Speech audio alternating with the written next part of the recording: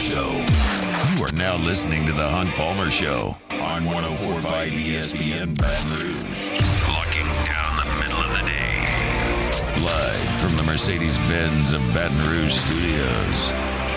This is Hunt Palmer.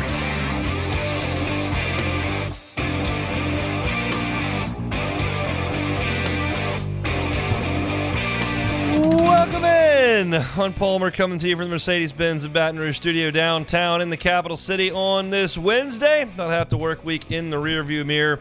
Thanks for hanging out with us on 104.5 ESPN Baton Rouge. Jacob Beck and Casey Gaines back there on the ones and twos, and we are busy for the next 2 hours. LSU baseball in Houston to start kind of a week in Hustletown over there. Koki Riley covers the baseball team for The Advocate. He'll be with us in 15 minutes as LSU gets ready for Rice this evening over at Reckling Park. It's a What If Wednesday. If you're in the Bayou Ford chat over on YouTube, fire away with some of those. Also taking a few on Twitter as well. NFL Players Association report cards are out. How'd the Saints organization stack up? Do a little bit of that. The end of hour number one, Matthew Brune talking some basketball at 2 o'clock, LSU Rice preview at 2:15. And Mel Kiper's got his latest mock draft out, and we'll get to that as well. So lots and lots and lots on the agenda for this Wednesday. I start, though, in the PMAC last night. LSU beats Georgia 67-66. And, you know, it obviously came down to the last second, like it did in Athens between these two teams, like it did in Athens last year between these two programs.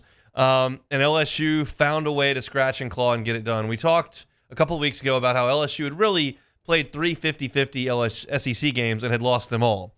Well, now LSU's come back and gotten a couple of really tight late wins, and last night was the latest installment of that. Conflicting thoughts on the way the game played out. I'm obviously thrilled that LSU was able to get a win, but when you look at the box score at the end of the game, it played out exactly the way we thought that it would when we broke this thing down yesterday. LSU, a more skilled offensive team, significantly outshot Georgia from a percentage perspective. LSU shot 47% from the floor. Georgia shot 37% from the floor. LSU shot 50% from the three-point line, 9 of 18. Georgia just 26% from the three-point line. We knew those to be advantages for LSU. It's a team that is a more efficient offense. However, Georgia is excellent at getting to the free throw line. We talked about that extensively yesterday, and LSU did not let Georgia get away from them at the free throw line. Georgia was 15 of 19. LSU was 14 of 18. Georgia only wins that stat by 1 point. Georgia beat LSU by 7 points in that stat in Athens, and then ended up winning that game by 2. So I thought a good job from that perspective for LSU. You outshot them. You held them to a poor shooting percentage. You did not let them get to the line. All that's great. Another thing that was great is LSU came out with energy and fire and was executing at an exceptionally high level. LSU started 8 of 9 from the floor in this game, knocking down threes, getting to the rim. Really, really impressive stuff. Georgia, meanwhile, had trouble getting off the bus. 6 of 25 to start this game. That's refreshing.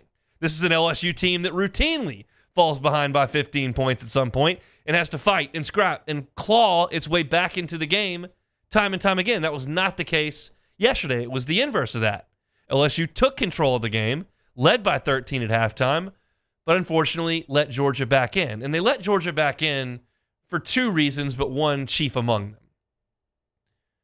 One, Georgia shot it a little bit better, which you would expect. They're not going to continue to shoot 16% for most of the game. But the bigger issue was the turnovers for LSU. And Georgia does force some turnovers. They turned LSU a bunch over in Athens, and that can happen, and LSU has had some turnover issues. But last night, good grief, some of these turnovers are just needless.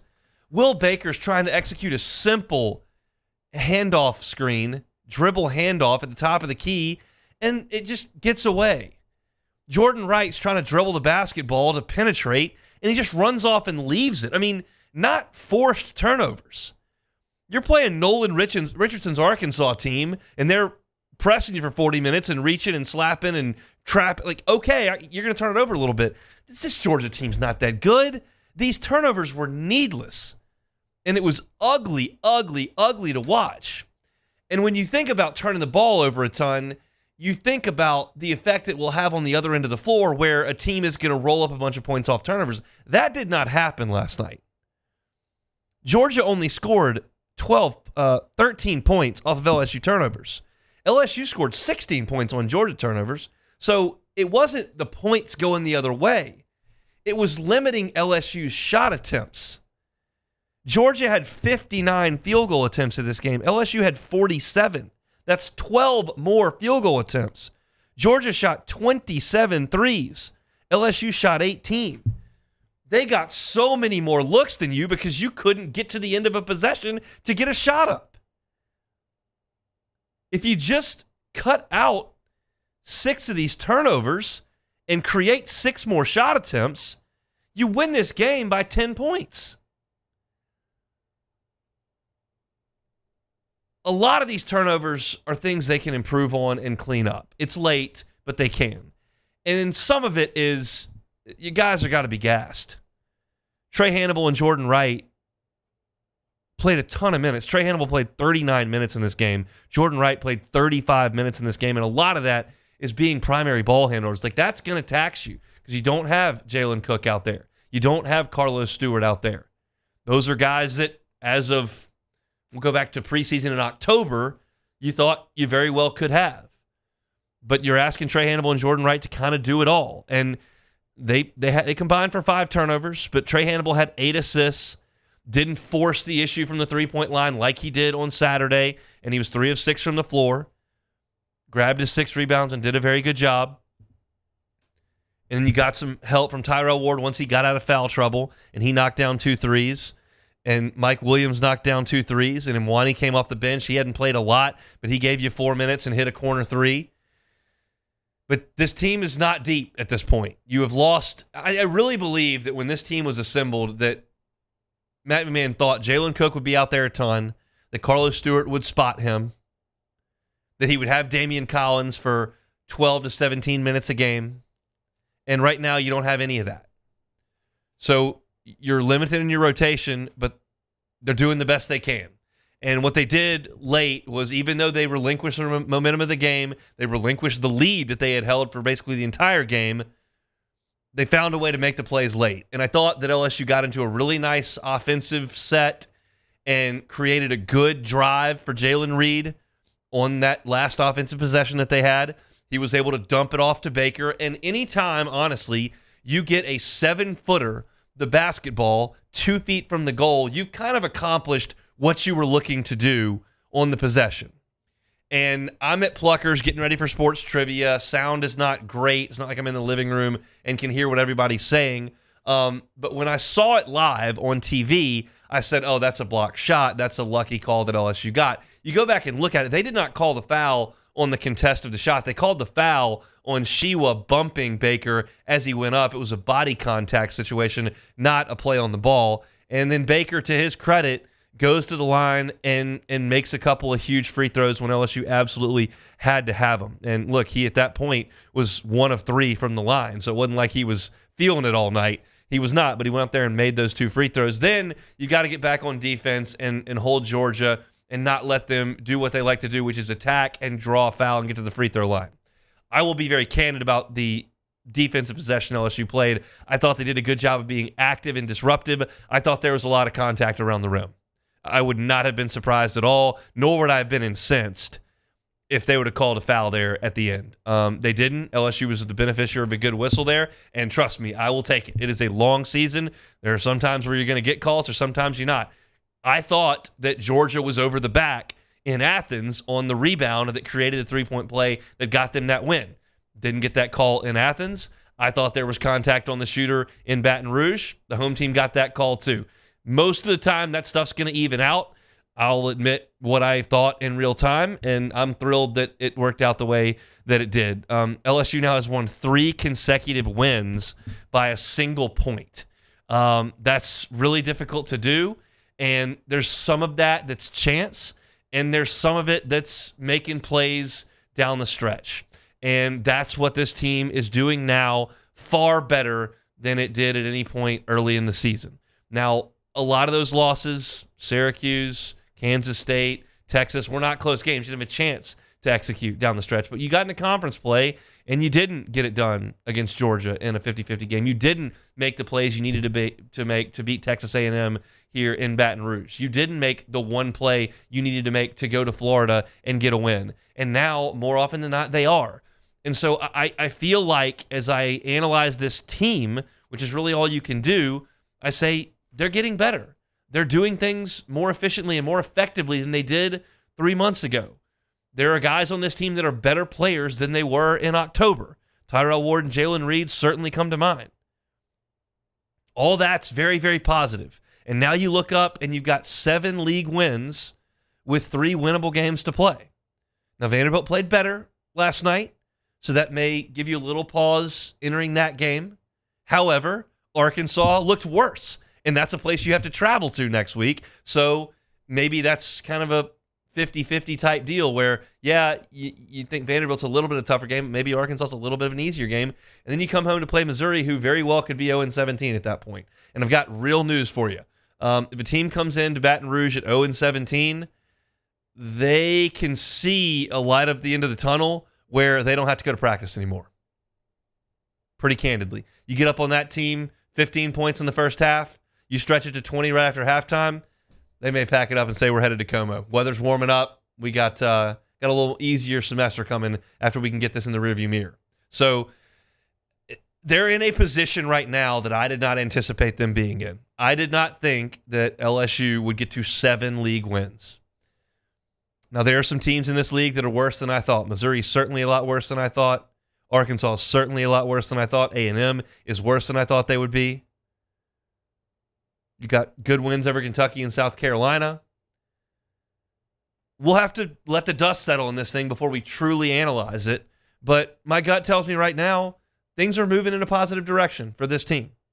And hopefully for Matt McMahon. It's all going to be about what you do in the transfer portal and how you fill out the roster, re-recruit your own roster. But things are a lot better right now than they were at Christmas. There's no question about that. And last night, a really nice job by those guys to start the game as well as they did, then to give it back up, which was pathetic, and then to regroup and make the plays necessary down the stretch. Very, very good stuff for LSU basketball. They beat Georgia 67-66 to move to 7 wins in the SEC this season. Guys, plenty to get to here in the first hour. Still got a What If Wednesday. We'll take your what ifs in the Bayou Ford chat over on YouTube. Also on Twitter at HuntPalmer88. If you got them, you can send them right there. We'll take a time out and we'll go to Houston when we come back. Koki Riley covering the LSU baseball team. That is next. You are now listening to The Hunt Palmer Show. One Bath and Closets. OneBathAndClosets.com is the website. David Duvall and his team, 30 years redesigning and remodeling bathrooms and closets. You can trust David. There's nothing he has not seen. From full-scale bathroom renovations that cover your floors and your plumbing and the shower situation and your sinks, everything that goes into that. They can handle it all. It'll be the only call you make. You don't have to call 4 contractors to get one room taken care of. No, David Duvall and his team can handle it all. Maybe it's something on a lot smaller scale. Maybe you just don't use your bathtub anymore. You'd like a new walk-in shower. He can make that happen for you. Take the tub out, put in that walk-in shower, changes the aesthetic of your bathroom, changes the functionality of your bathroom, and adds a little value to your home as well. Get the free consultation. See the pictures of their great work. Look at the testimonials. It's all right there at OneBathAndClosets.com. OneBathAndClosets.com. Our listeners fire off their opinions on the JimsFirearms.net hotline at 499-1045. Keep listening for your next chance to shoot us your thoughts with the JimsFirearms.net hotline on 1045 ESPN Baton Rouge. Hey, boat owners, listen up. Go see Front to Back Boat Service at the Lamar Dixon Boat Show March 15th through 17th and take advantage of some incredible Expo exclusive deals that they're going to have. The 23 product is still at the 23 pricing. So if you want forward-facing sonar, you want a custom stereo system, act now. It's starting to get busy.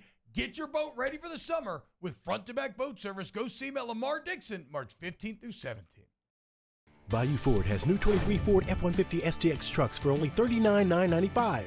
$39,995 plus 1.9% financing for 72 months. And all new Bayou Ford vehicles come with a 1 million mile warranty. The crew at Bayou Ford is going to do right by you. Gulf Coast Bank and Trust is giving our customers the power to bank anywhere, anytime during this challenging event. And we're right there with you. Our mobile banking app is a smart way to manage your money and time. Gulf Coast Bank and Trust, the bank that cares about you. When it comes to ending cancer, we push forward, always working together for you. That's why our cancer experts at Ochsner have clinically integrated with MD Anderson Cancer Center. This means advanced cancer care, including access to life-saving clinical trials and integrating care to treat the whole you. Introducing Ochsner MD Anderson Cancer Center. Long live you. It was a humid day, barefoot children play, looking for that summer shade. Time just slips away. Oh, Louisiana, some kind of hold on me. Like cypress stumps, your roots are planted deep inside of me. Jerry and Benny Payne began Central Plumbing Company out of their driveway in Tanglewood subdivision. 50 years later and 4 generations down the road, we continue to serve Baton Rouge and the surrounding areas for all of their plumbing needs. Residential, commercial, industrial, or hospitality, Central Plumbing is here 24/7, 365. We want to thank our customers, family, and friends for 50 years of success. And looking forward to 50 more. I've been doing business with Luba for 25 years. They're dependable, trustworthy. It's just the attention to detail with our clients. Our folks have years and years of experience. They're highly trained professionals, but many companies have that asset.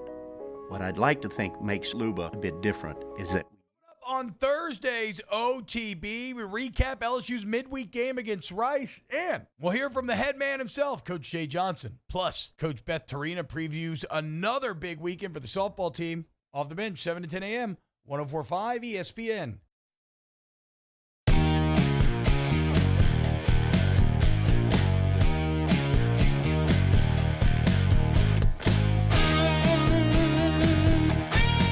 You're listening to the Hunt Palmer Show on 104.5 ESPN Baton Rouge.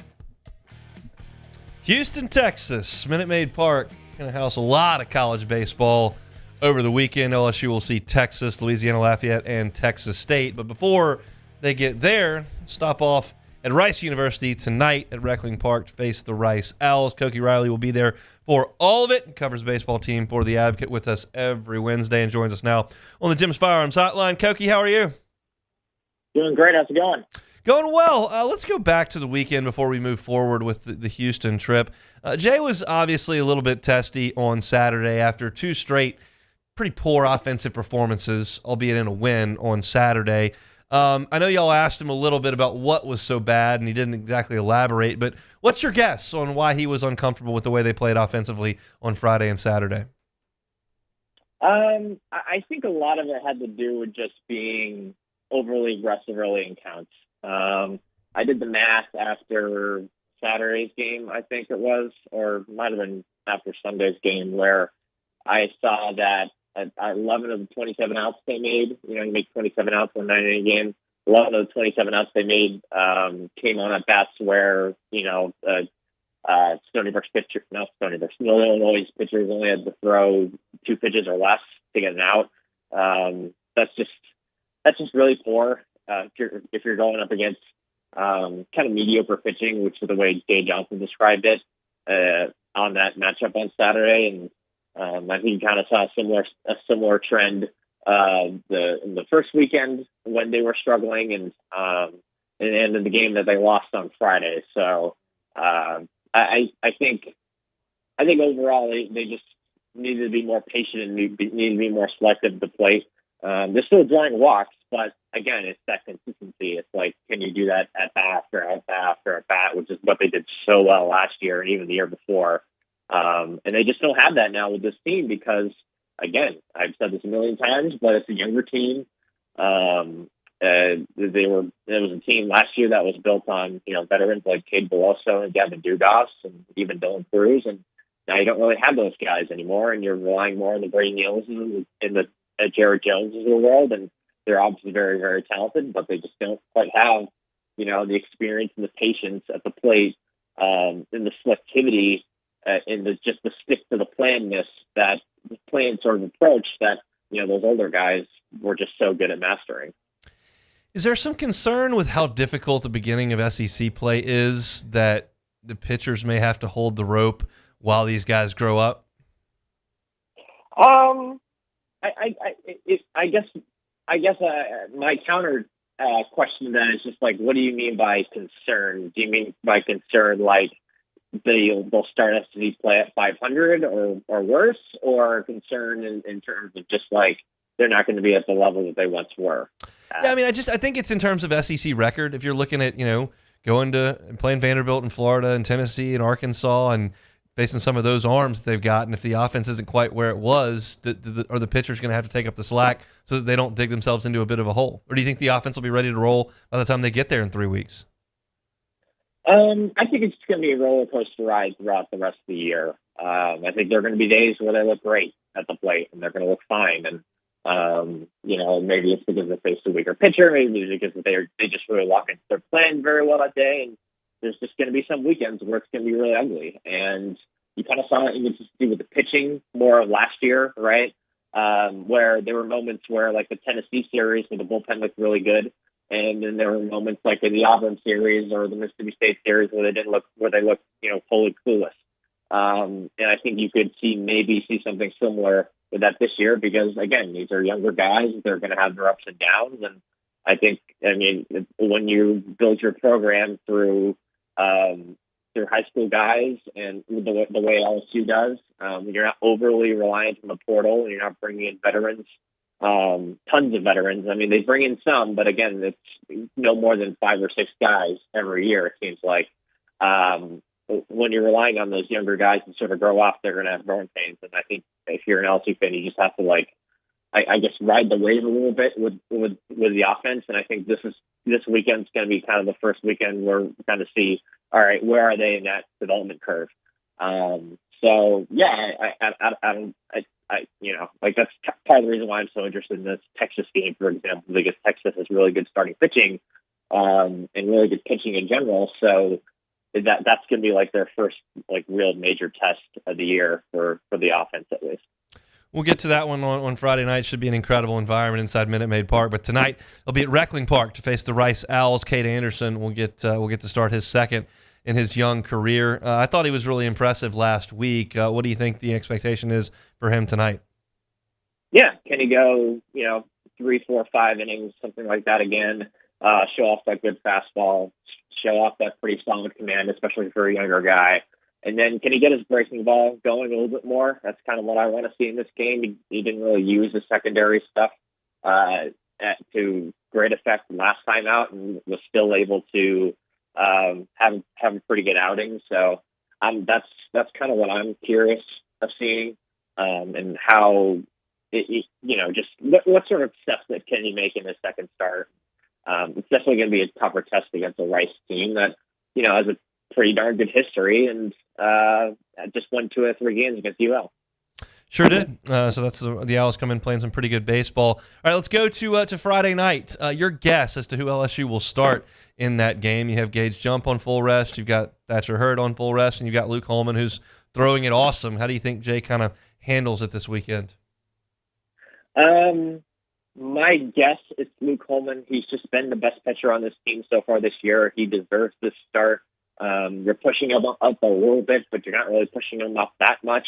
I know it's really early in the year, but he's just thrown so well. And he also didn't throw that many pitches in his last start. It was only 77 in 7 innings. So, yeah, I think he should be pretty fresh with that, considering that. And again, he's just turned it. He's been dominant to start the season. 12 in the 3rd innings, 18 strikeouts, no runs allowed. He's pinpoint location. He doesn't have the most explosive stuff on the staff, and you could argue Jump and Hurd have better stuff, but at the same time, and especially Hurd, but at the same time, he's just performed. and he's been their best pitcher so far this year. What do you think about Hurd's 2 outings?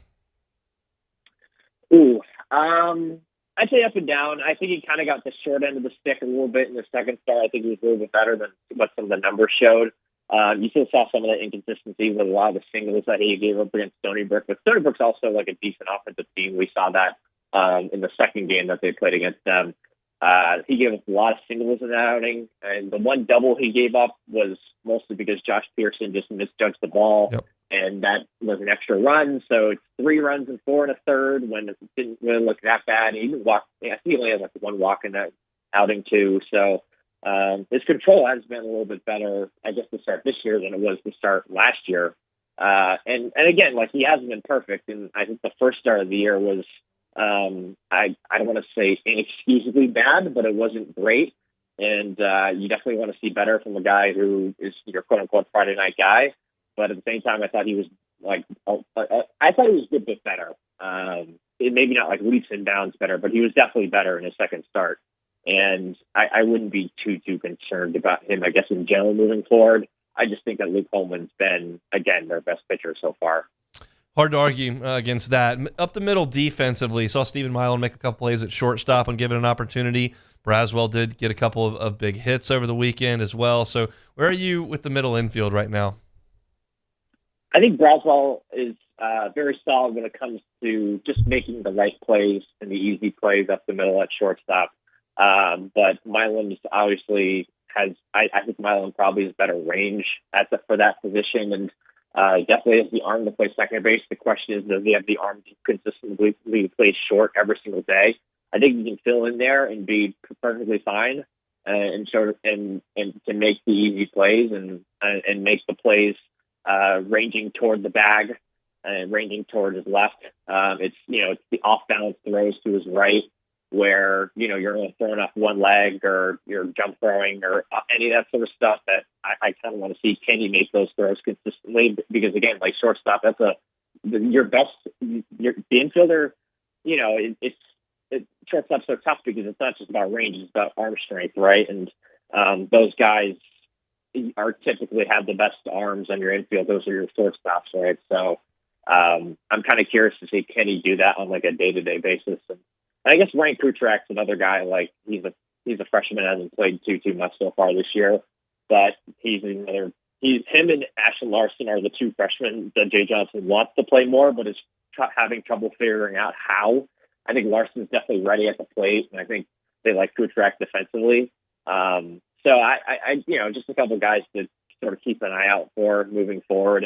But as it comes to the shortstop position, I don't think they have a Jordan Thompson.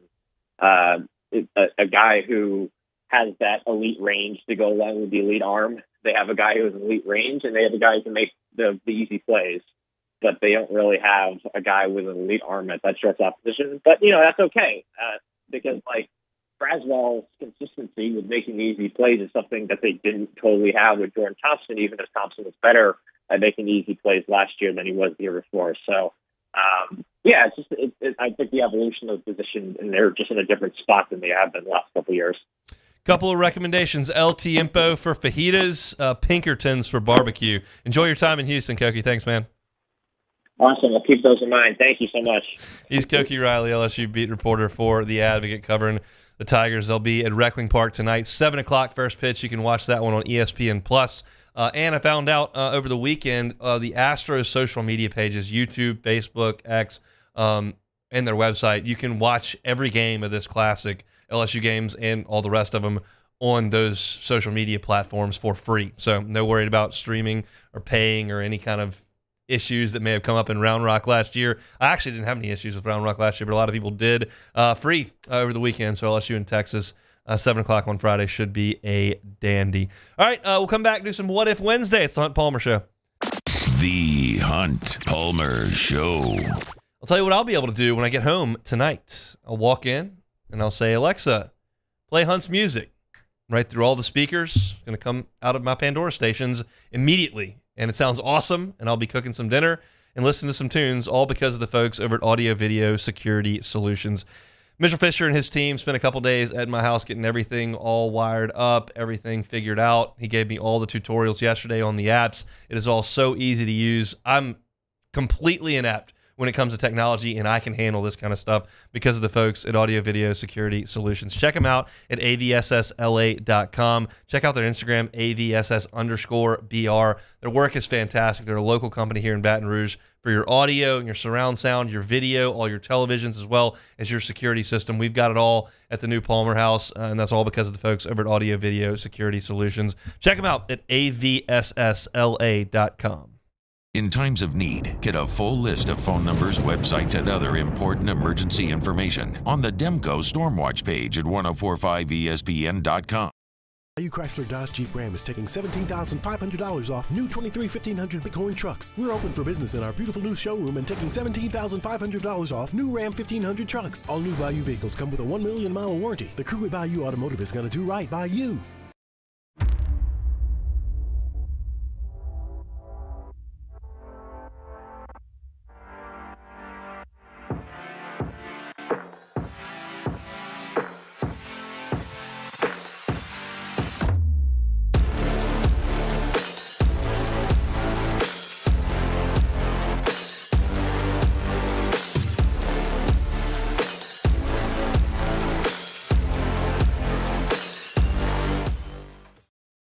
BRAC teamed up to reimagine your parks, and you imagined big.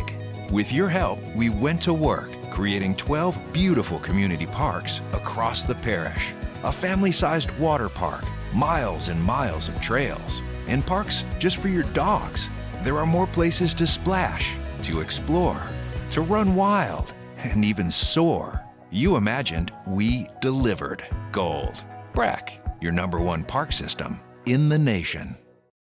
Electricity is all around us, and our families depend on it. Every day is sparked by the power of a cold drink or a warm meal, a movie night, and a comforting light at the end of a dark hallway. From sunrise to sunset, playtime to bedtime, our team is ready to take care of your electrical needs. Even in the case of an after-hours emergency, the light in your life shines brighter with Mr. Electric. Hey, it's Matt Moscona. For years, you've heard me tell you about Insurance Network of Louisiana, helping you find better coverage for less money. But it's not just for your home and auto. They also offer commercial property. So, retail stores, professional offices like doctors, dentists, attorneys, clothing boutiques. Insurance Network of Louisiana can find you better coverage for less money. They service the entire state of Louisiana, and they're local. So call today at 293-0450 or lainsurance.net. Jerry and Benny Payne began Central Plumbing Company out of their driveway in Tanglewood subdivision. 50 years later and 4 generations down the road, we continue to serve Baton Rouge and the surrounding areas for all of their plumbing needs. Residential, commercial, industrial, or hospitality, Central Plumbing is here 24/7, 365. We want to thank our customers, family, and friends for 50 years of success. And looking forward to 50 more. At Relief Windows, we're more than windows. We're windows, doors, hardy plank, and vinyl siding. But our #1 product is always customer satisfaction. Visit us. So join us for Wednesday's AFR presented by Pluckers. Matt is back in the host chair. We're talking Combine with NFL draft analyst Josh Edwards. It's Wednesday's AFR 3 to 6, 104.5 ESPN Baton Rouge.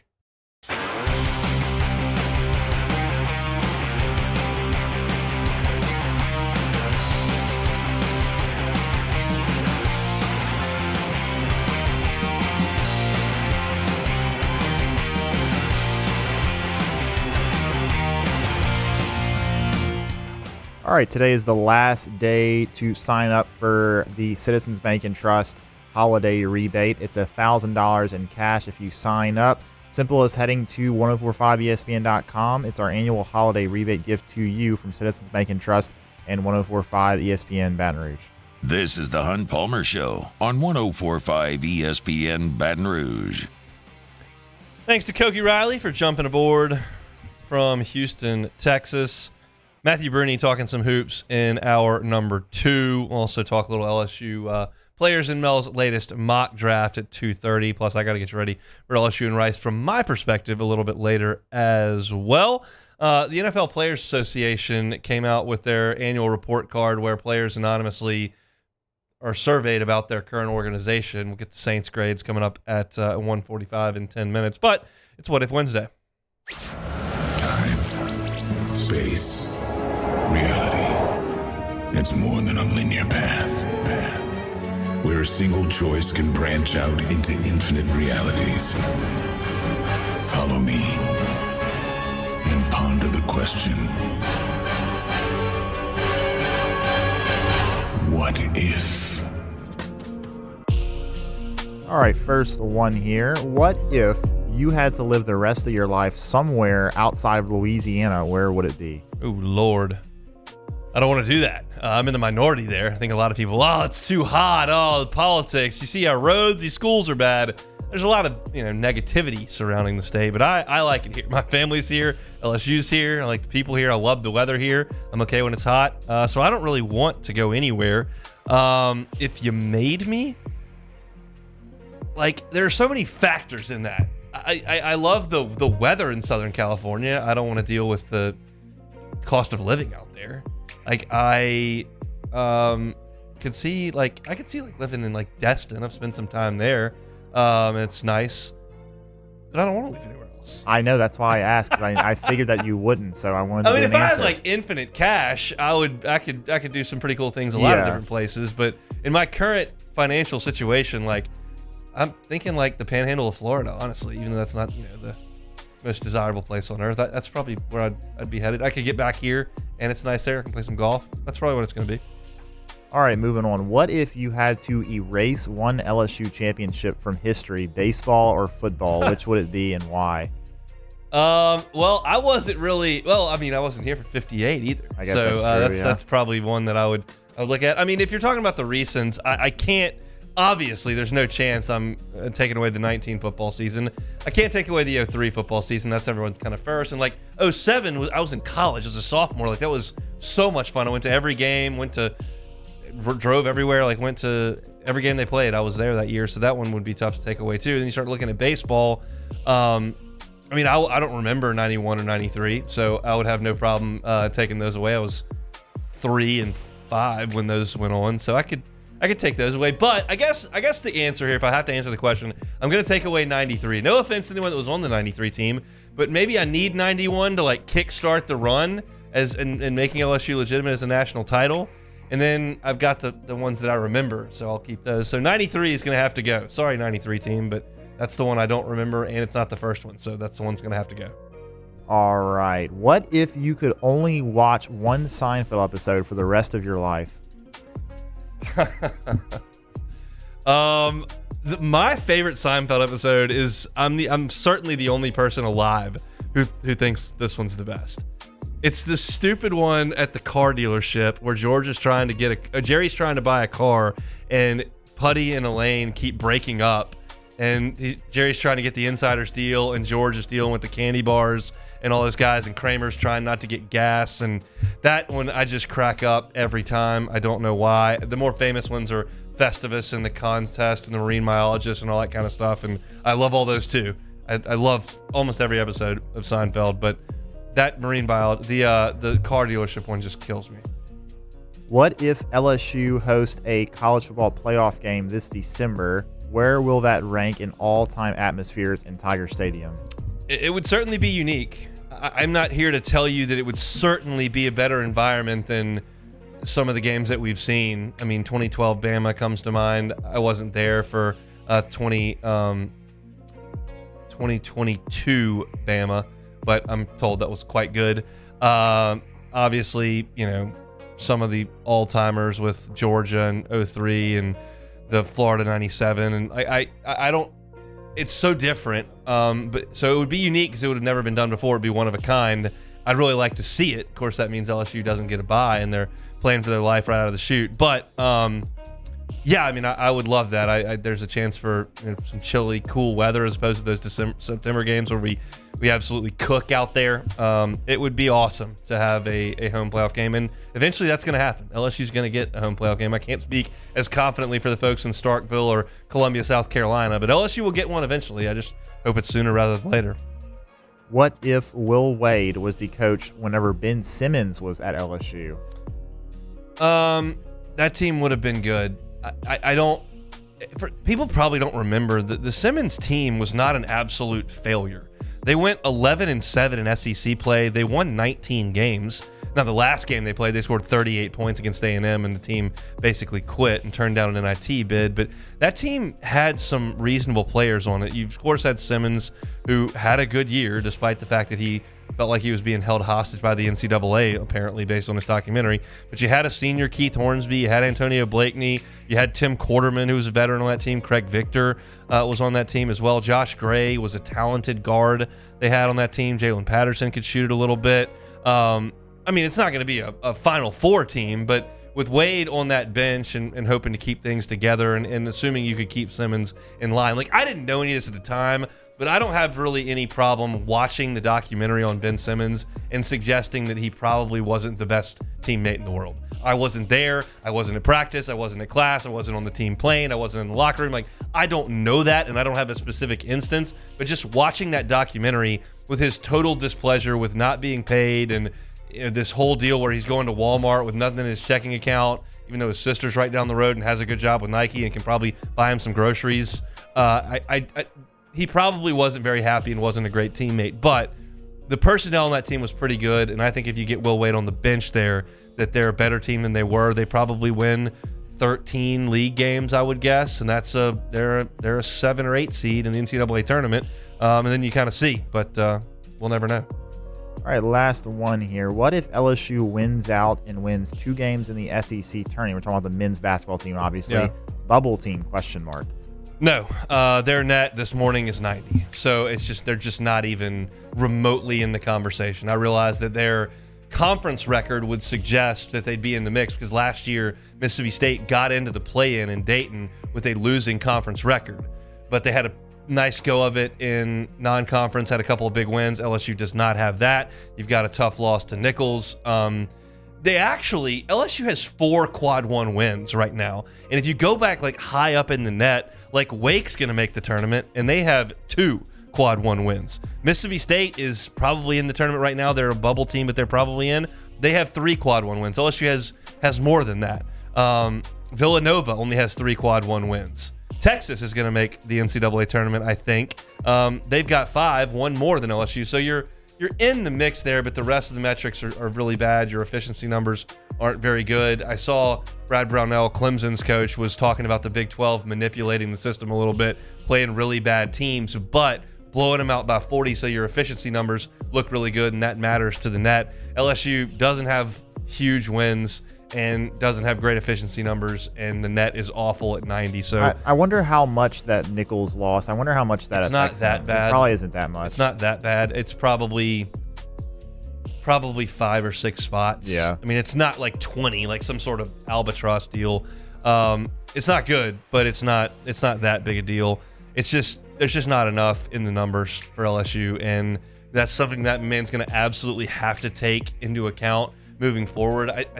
I can't sit here and tell you I know exactly how every calculation in the net goes. I know your record matters. I know that road games count more than home games. I know that that efficiency numbers matter. Like, I know a lot of the components. I don't know how you blend them all down and cook them up and create the numbers, but I do know that LSU on paper always looked probably a little bit better than the resume indicated when Will Wade was here.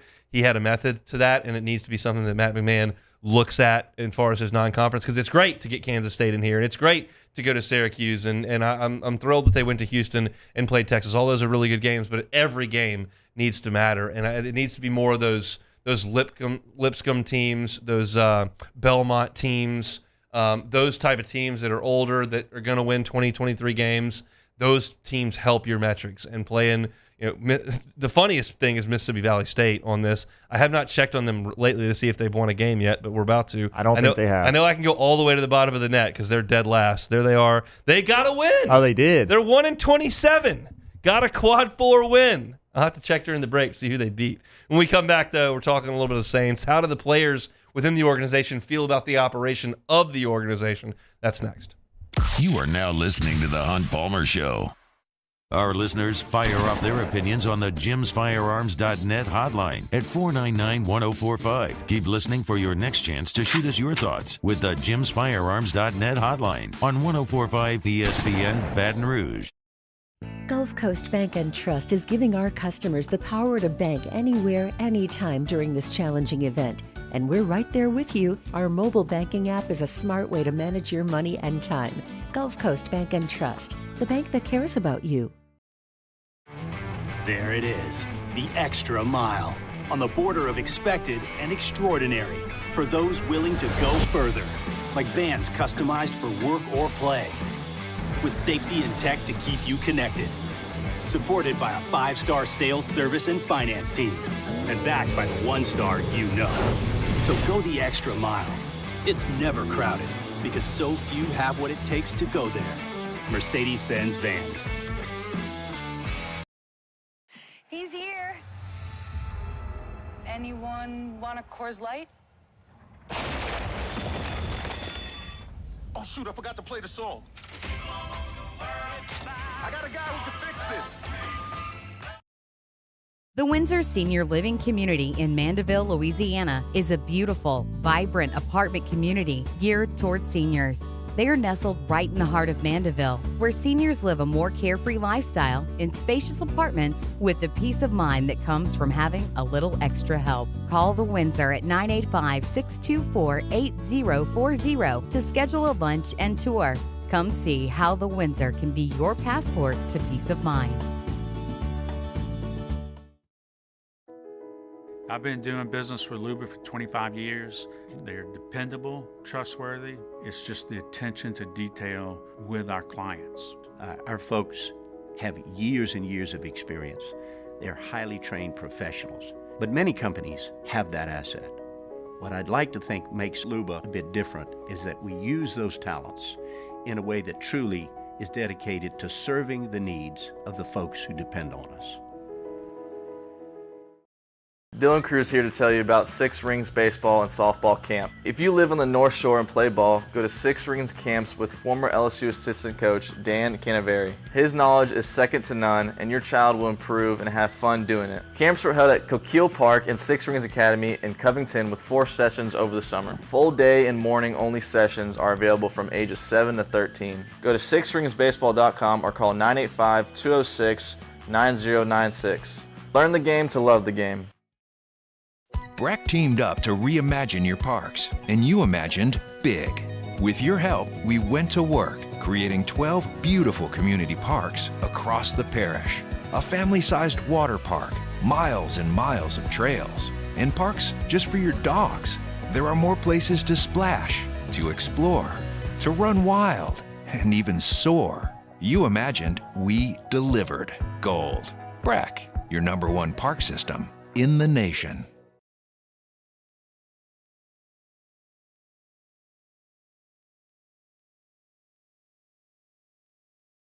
It's Justin. A little thing I love about the Chick-fil-A sausage, egg, and cheese biscuit is the fluffy egg, the melted cheese, and the sizzling sausage. It's the start to your morning that you didn't know you need. Order a sausage, egg, and cheese biscuit and Simply Orange juice on the Chick-fil-A app. Real guests paid for their testimonials. I wish I could get this stupid jar open.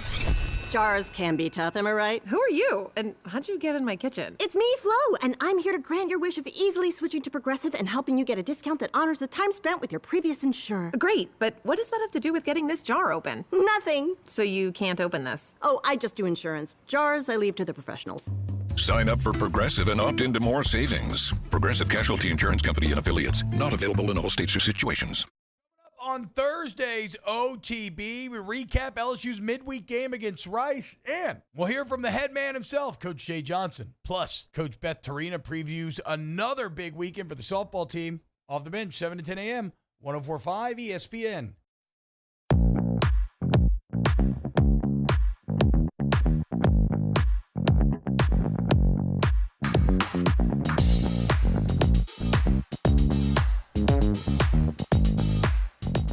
We've got some NBA and college basketball action for you on the station this coming weekend. On Saturday at 1 p.m., we've got Illinois and Wisconsin in a little Big Ten matchup. And then the NBA on Saturday night, Nuggets and Lakers. That one should be pretty good. And then 12 p.m. on Sunday for a lunchtime till we get the 76ers and the Mavericks. That's all going to be here on 104.5 ESPN Baton Rouge. You're listening to the Hunt Palmer Show on 104.5 ESPN Baton Rouge. Annually, the NFL Players Association surveys its players, and at the end, they take all the information and they put out a report card for every team in the National Football League as it regards to how the players feel the organization runs. This is not how do you feel about the run game and how often y'all are in the shotgun. This is the things that are about being a day-to-day employee of the organization. Things like treatment of your families, the food in the cafeteria, your training staff and your weight room, the strength coaches, how well you travel, how much you believe in your head coach, those types of things. And it's always, I think, pretty interesting because you want this to reflect positively on your organization. You want the players in your organization to feel like they're being taken care of and are part of a well-oiled machine. Because, yeah, money may be the biggest factor in free agency, but I don't think it's the only factor every time. You want your players to help you recruit other players to come in and be a part of the organization. And so as I look at this, the Saints rank 19th when you put all of these categories together.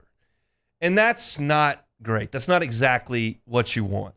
But if you look a little bit more closely at the report card, they're about league average in most of the categories. As far as the locker room, they're 12th. Right there in the middle, that's a B grade. Training room, 4th. Really high mark there for the New Orleans Saints. That's a B+.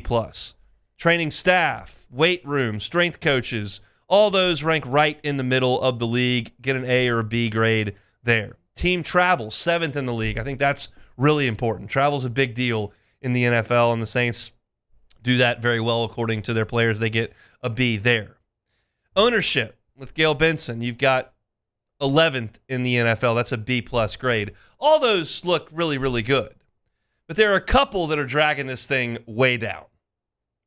One is a failing grade, an F, in food and cafeteria. And at first glance, you're like, how in the world, in America's maybe best food city, do we have a terrible food situation? The Saints, one of the few organizations that don't provide 3 meals a day. Most organizations do. The Saints don't. That's part of this. And another part that Nick Underhill points out from New Orleans Football, that the Saints are building a new cafeteria right now, and it should be one of the best in the NFL. It would stand to reason. You are one of the latest to build one.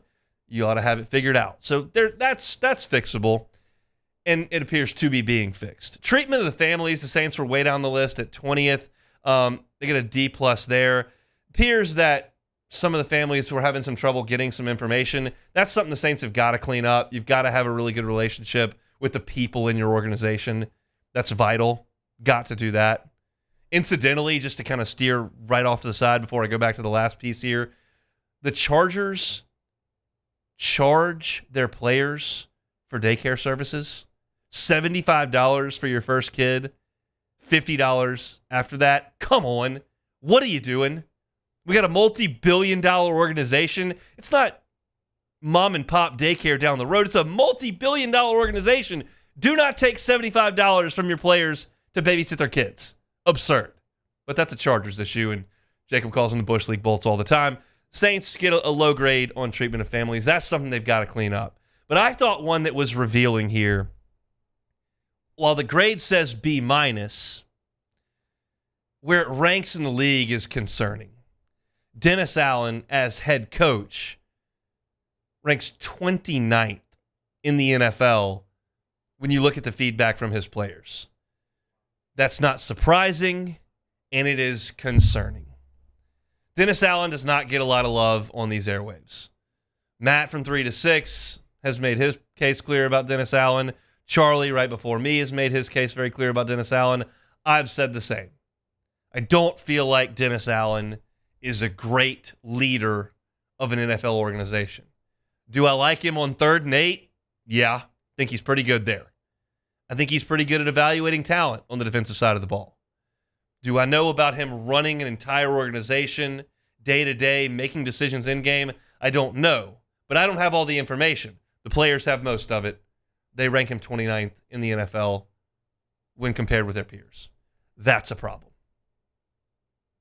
You can build a new cafeteria pretty quick. You can create a position to help families of your players get some information day to day. The coach, that one's tougher to fix. Feels like that day's coming eventually, but we'll see. You want to check it out, you can do so on NFLPA.com. All of the report cards for all the teams. Saints got pretty good marks, but the coach, not great. That's it for hour number 1 here on the Wednesday edition of the Hunt Palmer Show. We'll come back with Matthew Brune and talk some basketball. Stick with us after Sports Center. It's the Hunt Palmer Show. Bayou Ford has new 23 Ford F-150 STX trucks for only $39,995. $39,995 plus 1.9% financing for 72 months. And all new Bayou Ford vehicles come with a 1 million mile warranty. The crew at Bayou Ford is going to do right by you. The importance of doing this Fortified program and offering it to people down here is, number one, the only real chance you're going to get to do this is when you put on a new roof or build new. And through companies like HUDCO, who's kind of leading the way in this thing, it's going to offer the customers a huge advantage in the insurance market and the price of their insurance. You know, we're not looking to make a fortune off fortifying. We're trying to give you a better product than our competitor at the moment. I'm trying to do something that he can. I'm trying to give you something better. So a lot of these insurance shops, you're getting a re-roof, you're only paying your deductible. Let's sit down and talk about the Fortified and let's see what it does to your insurance premium. You're getting a steal. Yeah. You're getting a brand new roof and a Fortified certificate for your deductible, essentially. I think we're rocking and rolling.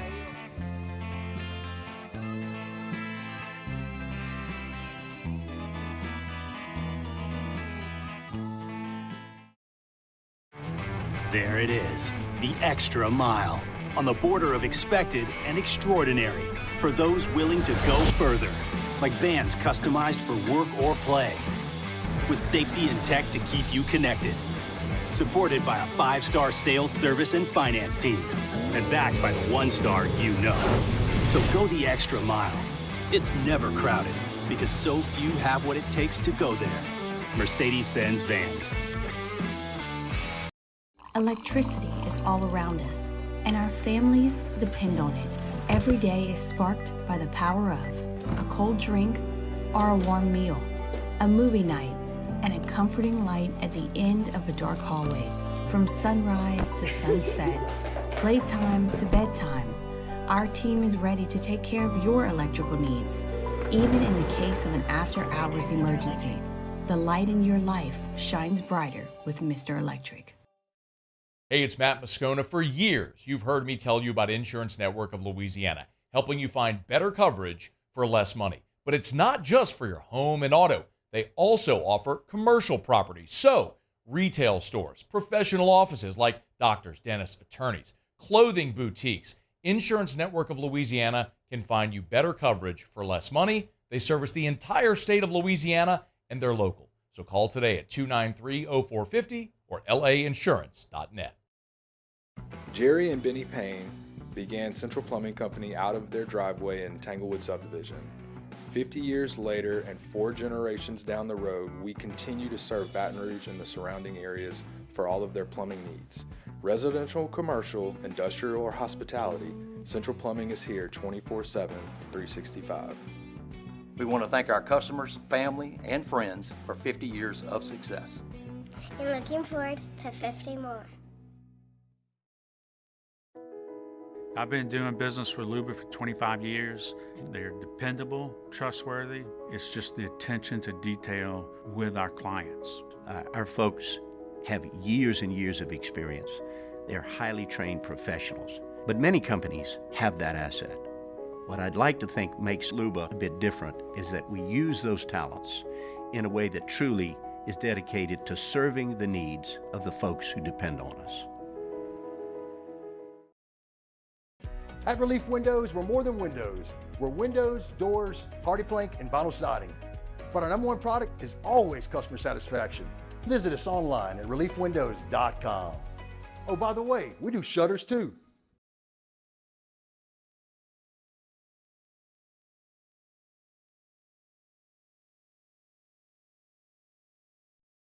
Is SportsCenter.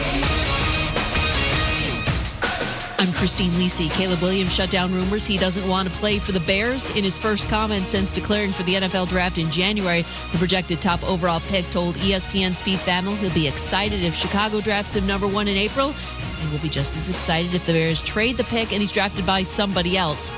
That second option actually won't happen. Chicago will trade Justin Fields and take the former USC QB, believes ESPN's Dominique Foxworth. They're not going to pass up on Caleb. Like, it's going to require an absurd deal to pass up on a quarterback that people are comping to Patrick Mahomes, which obviously is a bit hyperbolic.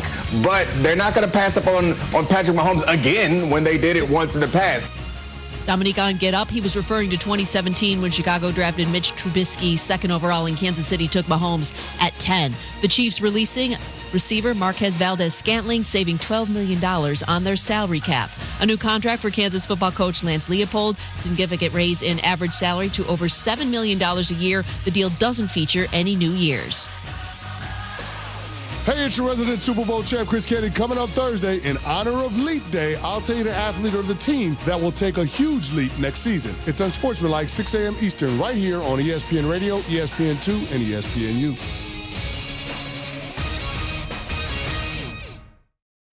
Ladies and gentlemen, may I direct your attention to something quite extraordinary. Now, the Hunt Palmer Show. The Hunt Palmer Show on 104.5 ESPN Baton Rouge. Live from the Mercedes-Benz of Baton Rouge studios. This is Hunt Palmer. Hour number 2, Wednesday edition of the Hunt Palmer Show. Half the work week in the rear view mirror. I'll get you ready for LSU and Rice coming up in 15 minutes. Tigers and Owls from Reckling Park at 7 o'clock tonight. Also got to do a little mock draft talk in 30 minutes. Mel Kiper's latest mock is out. Where's Jaden? Where's Brian Thomas? Where's Malik Neighbors? We will let you know about all of it coming up in 30 minutes. LSU got a really nice win last night in basketball against the Georgia Bulldogs at the buzzer. Matthew Brune covers basketball squads for the Bengal Tiger, part of the On3 network, and he joins us now on the Jim's Firearms Hotline. Matthew, how are you? Hey, hot, doing great. Like you said, late another basketball game last night, so we're just working today. So last night, what was the story for you last night? The win, the turnovers, like the finish. What was the biggest storyline for you in the game last night?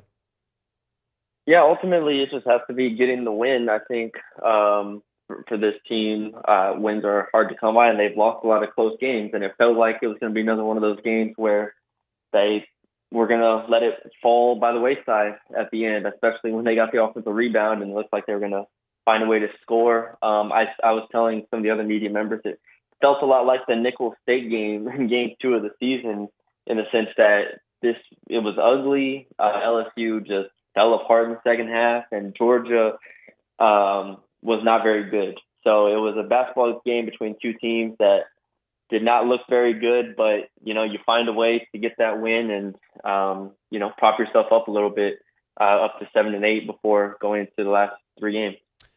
As far as the turnovers go, I remember talking to you about a piece you did on the site back in December detailing all the turnovers, and it was a huge problem. And it was a huge problem again last night. It wasn't necessarily that Georgia converted them into a lot of points. They didn't. But LSU didn't get enough shot attempts because they were turning the ball over. Is this anything that's fixable, or they kind of are who they are late in February? Yeah, I think they are who they are at this point.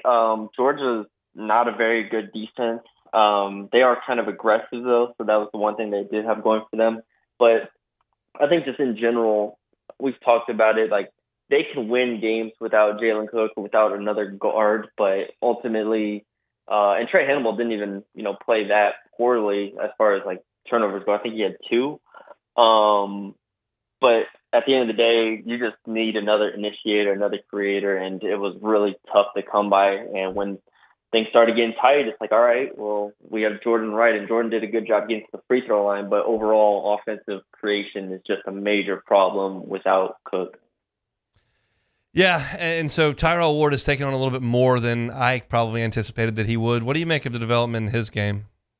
Oh, I love it. I love Tyrell Ward's offense. I mean, I remember when they signed him out of high school in Baltimore, you could tell he had a lot of offensive upside, a lot of potential, but he was also a pretty raw prospect, a guy that was going to take a couple of years. And so last year wasn't a shock to me. He didn't play a ton, but I knew this year was going to be his kind of breakout season. But I didn't even expect him, after coming into conference play, I didn't expect him to be as lethal as he is as a shooter right now. I mean, he's the best three-point shooter in the conference, shooting 52% from 3, and it's just every night he brings it. So, yeah, he's huge for them on the offensive side of the ball. Again, it'd be nice if he had another initiator to kind of help out, to give him even more looks, or, open the floor up. But ultimately, he's been one of the major bright spots for this team in conference play.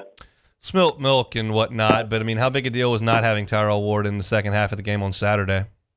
Yeah, I mean, that was pretty much the difference. I don't think they win the game with him, but I definitely think it's competitive. I think the offense doesn't stall out the way that it did, completely going, scoring 34 points in the second half in a game against a Mississippi State team that's good but not great is pretty bad. So, yeah, I think that would have helped a lot, if nothing else, just to keep it competitive. But, yeah, they especially when you're already down, however many players are down, to lose him, it was the game.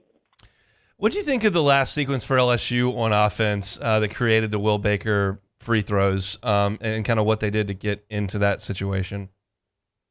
Yeah, they've been playing through Will a lot. I think especially in moments where, like I said, they don't trust Trey maybe to really do anything, and Jordan Wright wasn't able to get his stuff. I mean, I think Will obviously started the game really strong, right? I think he had 8 straight points to start it off, or 10 straight points to start it off.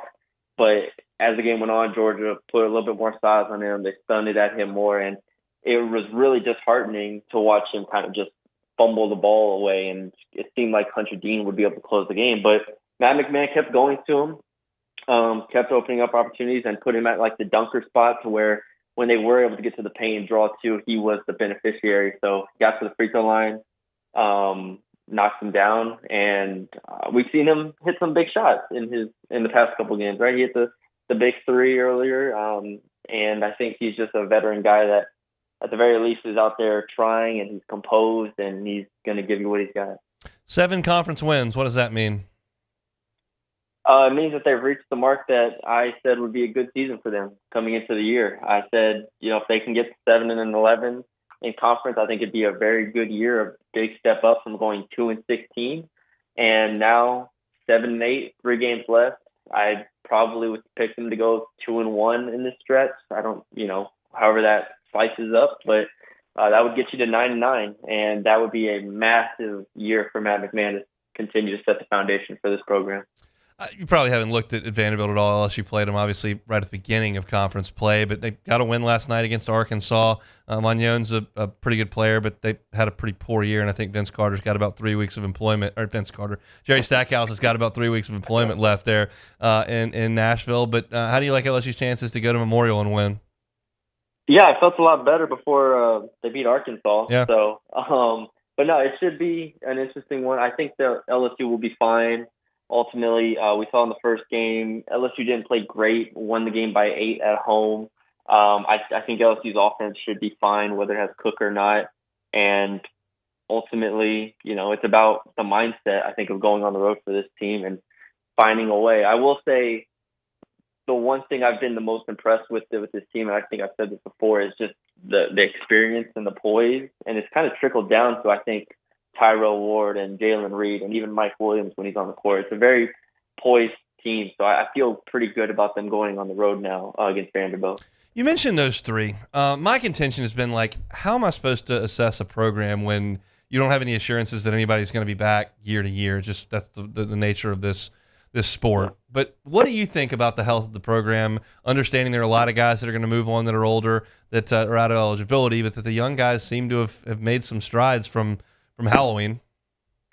Yeah, I think a baseline for Matt McMahon every year moving forward is he clearly loves coaching an older team. Yeah. And I mean, most coaches do, right? But when you get, maybe Calipari or other coaches that are enamored with some 5-star freshmen and whatnot, that's great. But McMahon clearly, I think, sees the benefits of having all of these older players. And I think he's going to do that every year he's at LSU. I think he's going to hit the portal and get a grad transfer from, Vanderbilt like he did with Jordan Wright or Will Baker at Nevada. Like, he's going to go get those older players.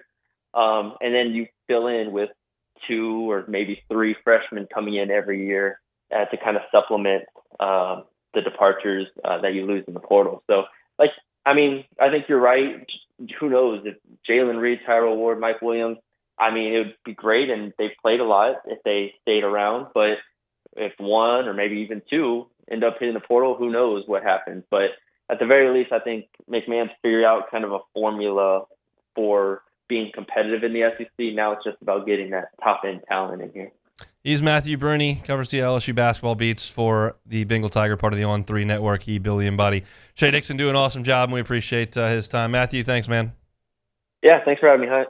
That is Matthew Brune. It's, again, this is a me problem. It's my job, and certainly Matthew's as well. It's just tough to try to tell what's going on with the LSU basketball program moving forward. There's just no real way to do that. There's not a single player on the roster that I would look at and just be absolutely stunned if he entered the transfer portal. Not even the redshirt guys, Corey Chess. I don't know. What are the odds that Tyrell Ward and Jalen Reed, because they've played better in the last 2 months, may have an opportunity to explore some NIL dollars if they enter the transfer portal? That's real. It's free agency. So, even if you really like where you are, I can just pull it back to Cody Bellinger with the Cubs, which is Cody Bellinger loved in Chicago last year. But you go out and see who's willing to pay what, and then you kind of decide where you want to be. And inevitably, Cody Bellinger decided to go back to the Cubs on a very, very much smaller scale. Maybe Jalen Reed and Tyrell Ward, who both have 2 years of eligibility left and a free transfer, look elsewhere. I don't know. Maybe they're back and they're all conference next year. That'd be awesome. But the point is, for me personally, as I sit here and try to tell you how things are moving with the LSU basketball program, it's difficult. And I don't feel like Lance Hurd left in football. Eli Ricks left in football. Some of that stuff happens. But when I look at the baseball program, I'm not concerned that Cade Anderson is going to bail after this year to go somewhere else. I'm not concerned that you're going to lose Paxton Kling to another school. That's not going to happen over there. But in basketball, I would call it more likely. And again, I'm not trying to suggest that I have information that tells me that Jalen Reed and Tyrell Ward are leaving after this year. That's not what I'm saying at all. What I'm saying is nobody really wants to talk about what your second-round NIT matchup looks like. That's not a relevant conversation. But you would like to say, okay, well, what comes back next year? And I can't really have the conversation. That makes it tough on talk show guy. Matt McMahon knows more than me, and he'll be prepared, and he'll do whatever it takes to put the roster together. And that's what's important. But from me perspective, if I'm trying to sit here and talk about it, it's hard to do. But we can talk about this team right now. And nice win last night against the Georgia Bulldogs, and we appreciate Brune for jumping on to talk about it. All right, LSU and Rice tonight from Houston. I'll let you know what my thoughts are on this midweek matchup. It's the Hunt Palmer Show. The Hunt Palmer Show. In times of need, get a full list of phone numbers, websites, and other important emergency information on the Demco Stormwatch page at 1045ESPN.com. Hey, boat owners, listen up. Go see Front to Back Boat Service at the Lamar Dixon Boat Show March 15th through 17th and take advantage of some incredible Expo exclusive deals that they're going to have. The 23 product is still at the 23 pricing. So if you want forward-facing sonar, you want a custom stereo system, act now. It's starting to get busy. Get your boat ready for the summer with Front to Back Boat Service. Go see them at Lamar Dixon March 15th through 17th. Elevate brand visibility, ignite customer engagement with the power of radio and digital advertising combined. Guarantee Digital Media brings the two together as a trusted media partner in Louisiana for nearly a century. Claim your free digital audit at guaranteemedia.com.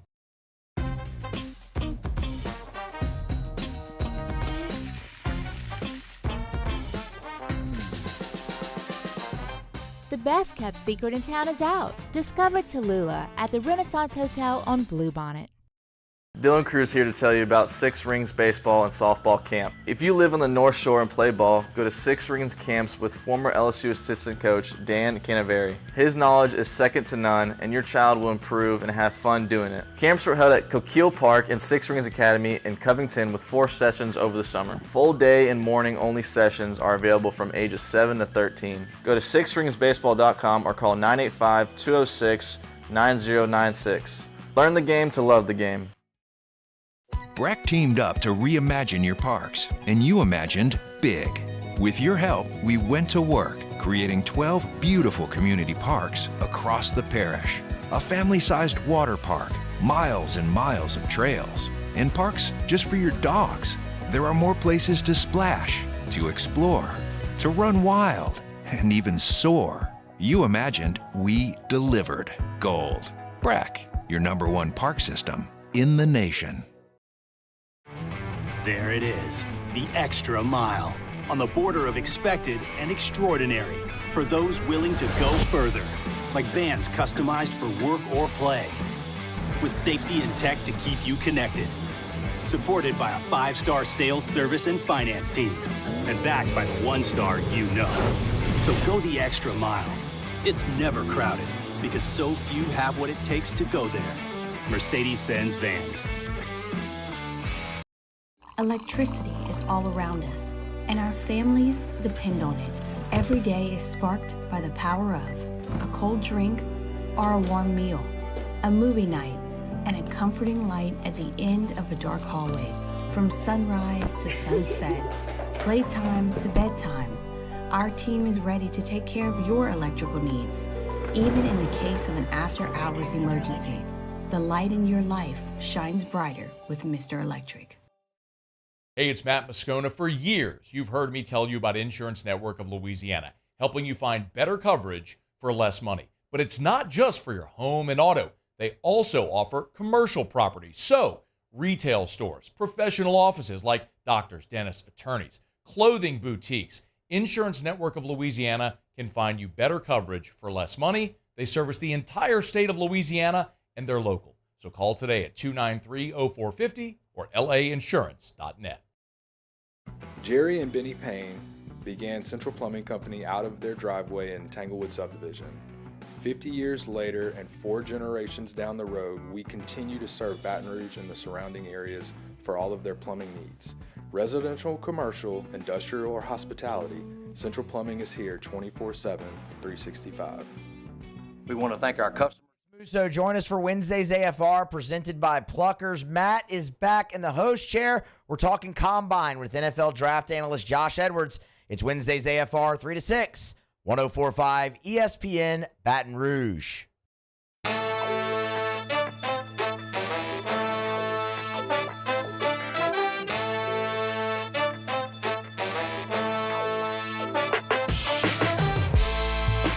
This is the Hunt Palmer Show on 104.5 ESPN Baton Rouge.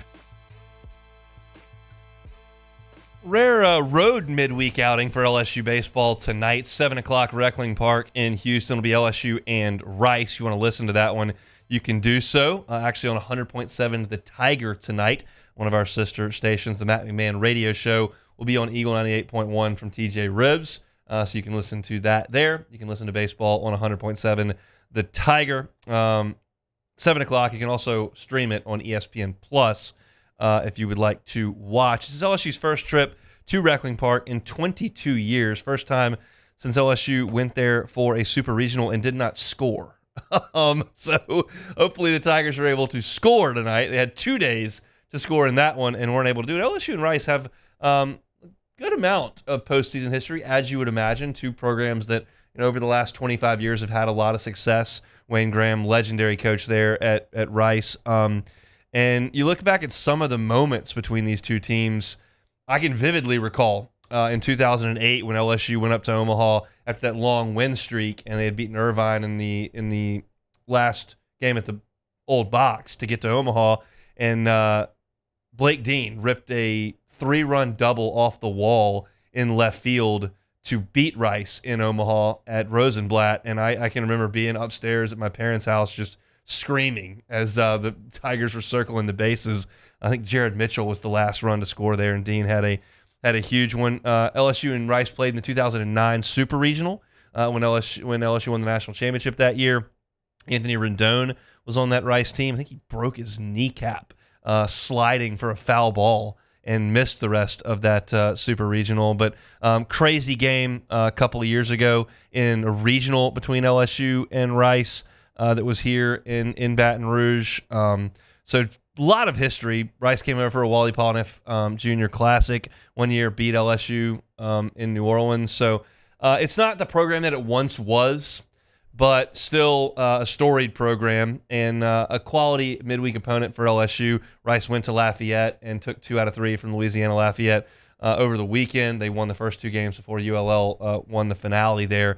But tonight's not really about Rice for me at this point in the season. Tonight's about what LSU can be. We know that Jay Johnson was not happy with the way that LSU played offensively on Friday in the loss to Stony Brook and on Saturday in the win over Northern Illinois. Only had 3 hits in that game. And we talked to Koki Riley back in the last hour, and the inference was just they're not taking enough pitches. They're not making pitchers work. Koki ran the numbers.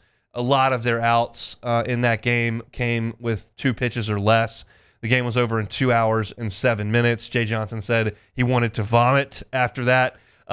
That's something that he wants them to work on and be better at, and they did on Sunday against Stony Brook, and they'll get an opportunity tonight against Rice. And I'm curious to see the lineup that he puts out there because there are a lot of moving pieces. We don't know who's going to be the catcher day-to-day. We don't know who's going to be at second base or shortstop day-to-day. We don't know who's going to be right field or center field day-to-day. Basically, Jay said this back on Saturday. He said Tommy's going to play, and so Tommy's going to play third. And he said, and Mac's basically working himself in that, and that's Mac Bingham over in left field. And I think Travinsky's going to be in there far more often than not. And I don't have a lot of reason to think Jared Jones is going to sit. But there's going to be a bit of a platoon, maybe based on matchups, maybe based on just getting guys at bats at the rest of the spots. So curious to see what the lineup is when it comes out. But we do know who LSU is going to pitch tonight. And starting on the mound tonight in Houston for the Tigers will be freshman Cade Anderson. Great spot here for Cade Anderson.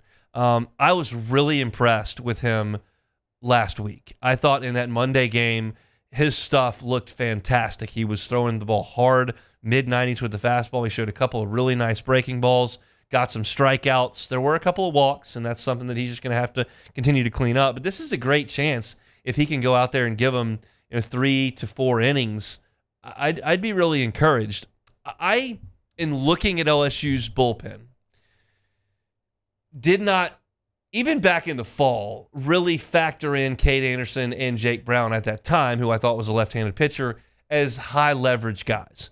You certainly were going to look at Hurd and Holman and Jump for me as guys who were going to be starters. And then I looked at Ackenhausen and Herring and Guidry as guys that were returning that you knew what you had. And then I thought Justin Lohr would be a really key piece to the bullpen. I knew they really liked him. And then you started to look at who would emerge from the Fidel Ulloas to the Christian Little to Gage Wood. Cade Wood. Sorry, Gage Wood pitches for Arkansas, and I do that every time. LSU is a Gage Jump and a Cade Woods. Gage Wood pitches for Arkansas. Cade Wood from Alabama, a guy that I thought would be in the mix. I didn't know what you would get from Cam Johnson. You were down the line a little bit before I thought you got to Cade Anderson and Jake Brown. Now we know Jake Brown's not going to do any pitching for this team. He's going to be a position player, and he's going to hit, and he's doing a great job of that. But Anderson showed me something on Monday of last week that I was like, oh, that's that looks like it plays. Again, they're not going to ask him to pitch the 9th inning against Texas on Friday. They're not going to ask him to go out there as the first bullpen arm in a close game in game 1 of the SEC slate against Mississippi State. You got time to work him in, and if you want him to be your midweek starter and a guy that you build up for 4 or 5 innings during the midweek, that's fine with me as well. But just from a pure stuff perspective, Cade Anderson looks the part of a guy who, 1, I think can help this team, and 2, very likely, in my opinion, has a weekend starter profile while he's at LSU. He's got a big frame. He's got a strong arm. And the profile on him is that he's going to throw a lot of strikes. And that's what I want to see first and foremost from him and this staff tonight and over the weekend. LSU is walking too many guys at this point. Thatcher Hurd has walked too many guys, 7 in his 11 innings, or in his 5 innings. 5 innings. Yeah, 5 innings. That's too many. Cam Johnson, of course, had the 6 walk outing. That's obviously a bit of an anomaly, but something you like to clean up. Ackenhausen, while he did have swing and miss stuff in his outing over the weekend, he's walking a few too many guys. That's something LSU needs to clean up. Free bases are not going to be acceptable. LSU has to draw those walks, but you have to make sure that you're not issuing too many free passes. LSU's got enough dominant stuff on the mound and good enough defense where you've got to throw the ball over the plate. If they're going to get 4 hits in a row like they did off Thatcher Hurd in the opening game, I'll live. You can't put guys on base time and time and time again. So for me, Cade Anderson, go out there and throw strikes, and that'll be something I'm certainly looking for over the weekend. And then offensively, it's like, okay, who's in the lineup? Who do you trust in this one? I think this is a big week for LSU, certainly on the field, but also off the field. They left Baton Rouge on Tuesday. They won't come back until Sunday night. So you're talking about a full week, basically, of being on the road, being with the guys, hanging out, being at the hotel, traveling, practices, games, like that whole deal. It can be really good. It's just a change of pace. It can be team building. It can be bonding. And I like that Jay Johnson has incorporated this. We know last year when they went to Round Rock, they stayed a couple of days and played in Austin, and we know that they're playing Rice here in Houston. I would expect that something like that continues to be in the cards. Those are probably, with Houston, the most likely teams that you would go play. I don't know if you were in Round Rock, if going to Lubbock and maybe flying home would be worth it. I don't know if you want to leave Houston and run up and play Dallas Baptist or TCU in a midweek, maybe SMU, but I think Texas, Rice, and the University of Houston make a ton of sense if LSU is going to continue to go to Texas every year to play those games. Jay Johnson talks about how big a recruiting presence LSU has in the state. Cade Arambidi is one of the best players in the country who is a high school senior right now that's signed with LSU. He's a real draft risk, so we'll see. But that's a guy that we'll get to go see LSU play over the weekend. And Griffin Herring's from the Dallas area, and you've recruited the state of Texas really, really hard. And this is an opportunity for LSU to announce their presence in that state and to play some really good baseball. So I'm excited to check it out tonight. LSU and Rice, 7 o'clock from Reckling Park. All right, when we come back, Mel Kiper's got his latest mock draft out. What does it mean for the Tigers that hope to go early in this upcoming NFL draft? We'll tell you that coming up next. You are now listening to the Hunt Palmer Show. Boudreaux's Electric. Give my friends at Boudreaux's Electric a call. Neil and Melissa been running Boudreaux's Electric for 40 years. They're providing peace of mind. We live in a place that power outages happen fairly frequently. We've got hurricanes. We've got summer storms that can be strong. We had an ice storm this year, and power can go out. Give yourself the peace of mind. A lot of people work from home. You're working from home, you got a big presentation, all of a sudden your power goes out because you got one of these summer storms.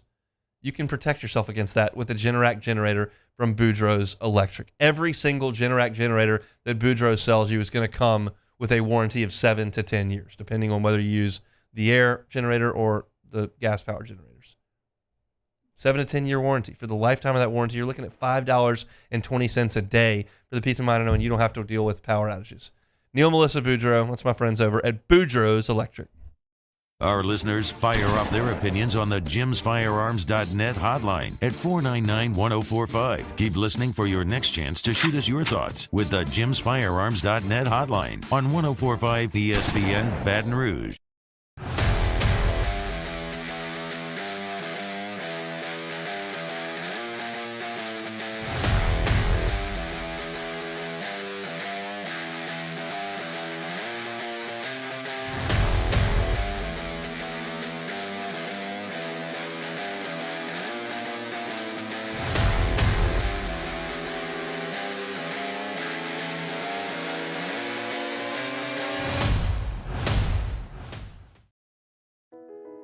I've been doing business with Luba for 25 years.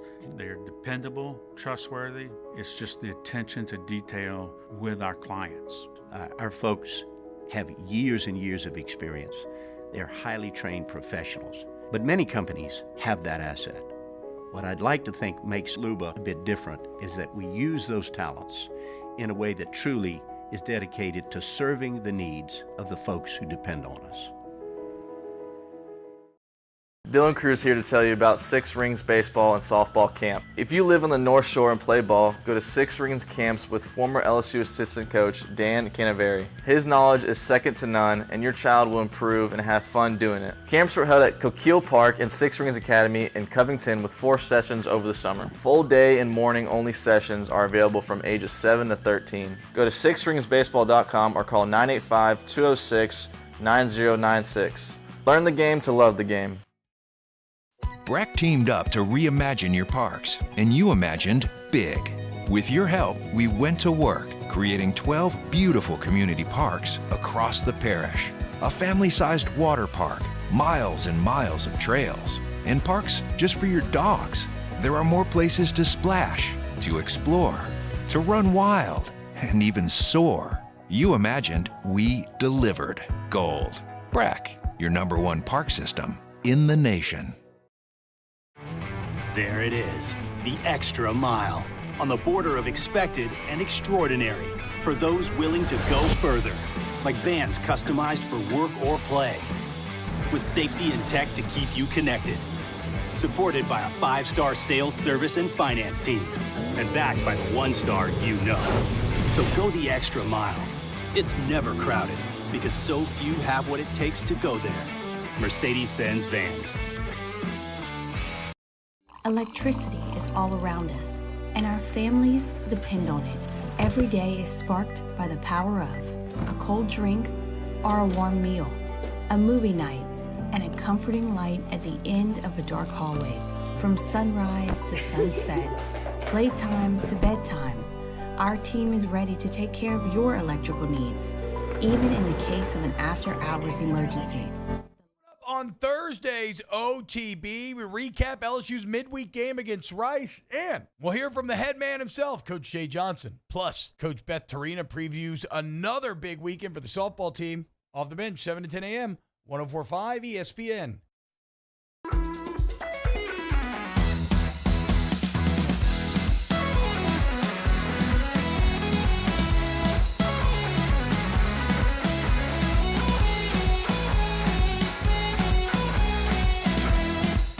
Discover the largest showcase of outdoor gear in Louisiana, featuring everything from fishing and hunting equipment to ATVs, boats, and more at the Louisiana Outdoor Expo March 15th to the 17th at the Lamar Dixon Expo Center.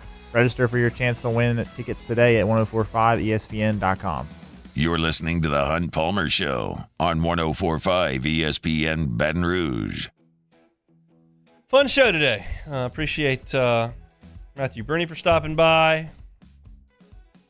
Appreciate Koki Riley for stopping by. Had a lot of interesting conversations, a lot of basketball, a lot of baseball. But we'll talk a little football here.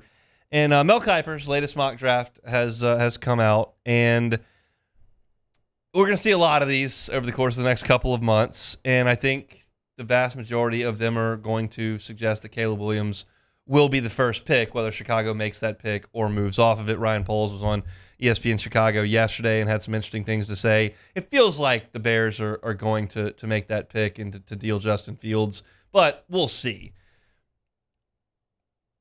I'm less concerned with what the number 1 pick is because it's likely Caleb Williams, and more concerned with what the number 2 pick is. And in Mel Kiper's latest mock, the number 2 pick to Washington is Jaden Daniels. And we've seen a lot of Drake May there, and those are probably the two. You've seen at times people mock New England taking Marvin Harrison Jr. or someone like that, and maybe hitching their wagon to Mac Jones for another year. In this mock, Drake May is the 3rd pick. I understand that college production is not the end-all, be-all when it comes to the NFL draft. If that was the case, Timmy Chang would be the first pick in the draft. If that was the case, you'd see Schrader from Missouri go in the first round of this draft. I realize they're two different leagues, very, very different in a lot of times NFL organizations are drafting based on traits, and they believe that they'll coach those traits to be something special. Josh Allen's statistics in college were not great. Tim Tebow's were. He couldn't play in the NFL. I understand, and so do you. So we're not breaking any news here. And I do understand also that my bias here is very strong. But I struggle with taking Drake May over Jaden Daniels. Now, as I said, Kiper has Daniels going second. The only real reason, in my opinion, for taking Drake May over Jaden Daniels would be May is 6'4", 220, and Jaden's listed at 6'3", 185. You're getting 35 extra pounds and a couple of inches and maybe some more durability with May as opposed to Daniels. But the production is just not even close.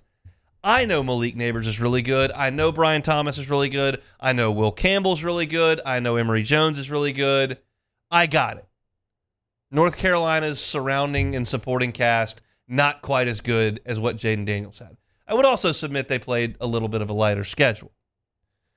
But, I mean, Jaden Daniels completed 72% of his throws. Drake May, 63. That's 9 points better.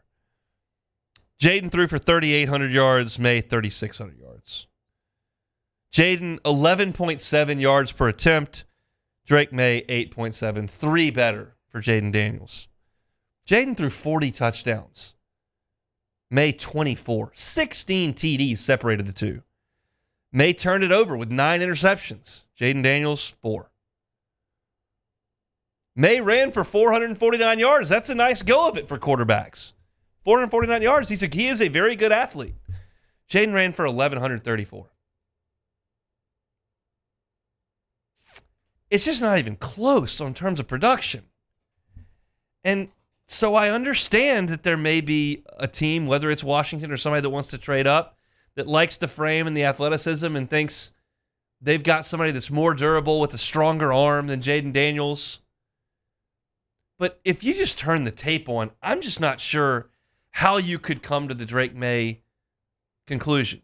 Jaden was accurate and decisive and elusive and explosive, both through the air and on the ground.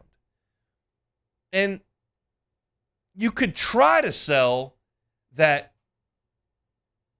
the out-of-the-pocket, depending on your legs a ton, quarterback doesn't work as well or gets hurt. And, Lamar runs around a lot.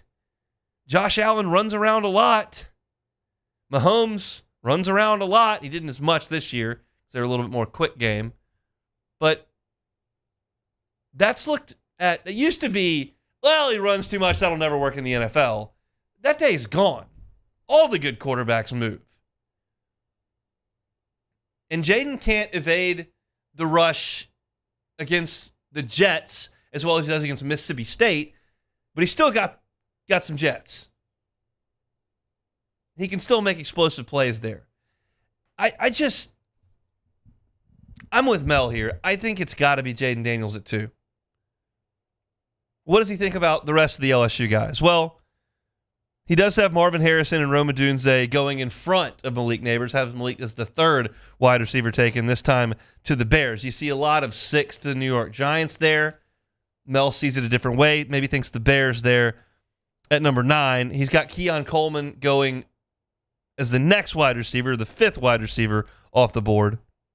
Sorry, the 4th. And then you got Brian Thomas as the 5th wide receiver off the board to Buffalo at 28.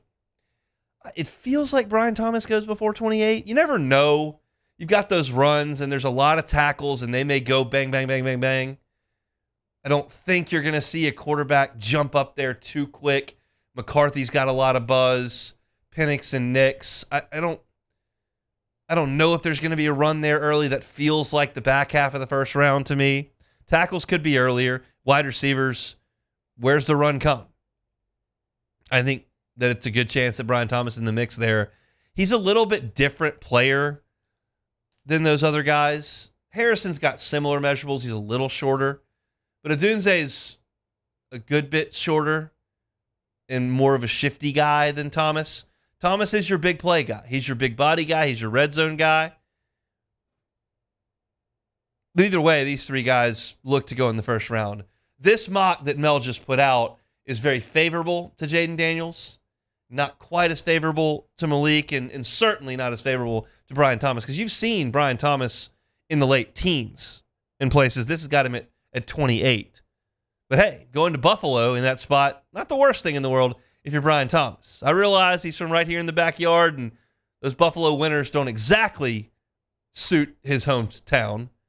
But Josh Allen can make up for a little bit of that. So in this one, I'm not quite as hesitant with Jaden in Washington now that there's new ownership there. I think that the Bears have been a bit of a mess, but you might have a brand new quarterback there in Caleb Williams if you're Malik and you go there ninth. And the Bills, that's a great spot for Brian Thomas in terms of where the team is and what they can use. They've got some weapons on the outside. Doesn't have to come in and be the main man, but could compete for playing time on a really good team right away. Combine's underway up in Indianapolis. We'll talk to Luke Johnson coming up tomorrow about what the Saints may be looking at. Dennis Allen meeting with reporters today. We'll get Luke's thoughts on some of that as well. But we'll have a lot of eyes on the LSU guys. Not going to work out at the Combine. Going to do all their work here at Pro Day. But Mel Kiper's latest mock, Jaden number 2 to Washington, Malik number 9 to the Bears, Brian Thomas number 28 to the Buffalo Bills. Plenty more mocks coming over the coming weeks. NFL always finds a way to be relevant and to be in the line of thought. So we'll talk to Luke tomorrow about all the things going on up at Indianapolis. All right, we'll come back and close things out. You're listening to a Wednesday edition of The Hunt Palmer Show. The Hunt Palmer Show. ESPN Bet is now live in Louisiana as the official sports book of ESPN. ESPN Bet's the only place to find daily exclusives and offers with your favorite ESPN personalities and shows. You can sign up today. New users get $100 in bonus bets for making any sportsbook bet. Find all your local favorite markets and bets like in-game wagering, cross-sport parlays, teasers, and all the props that you can handle. That's ESPN Bet. You can download today. What a play. Must be 21 or older. Gambling problem? Call 1-800-522-4700. In partnership with the Bears Lake Charles. Terms and conditions apply. See app for details. In times of need, get a full list of phone numbers, websites, and other important emergency information on the Demco Stormwatch page at 1045ESPN.com.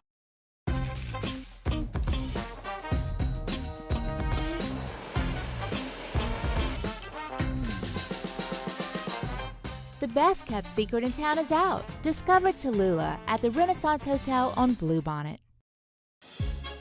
There's never been a better time to catch a John Deere deal from the crew of Sunshine. Ask us about our low monthly payment options on our tractor packages and let the good times roll.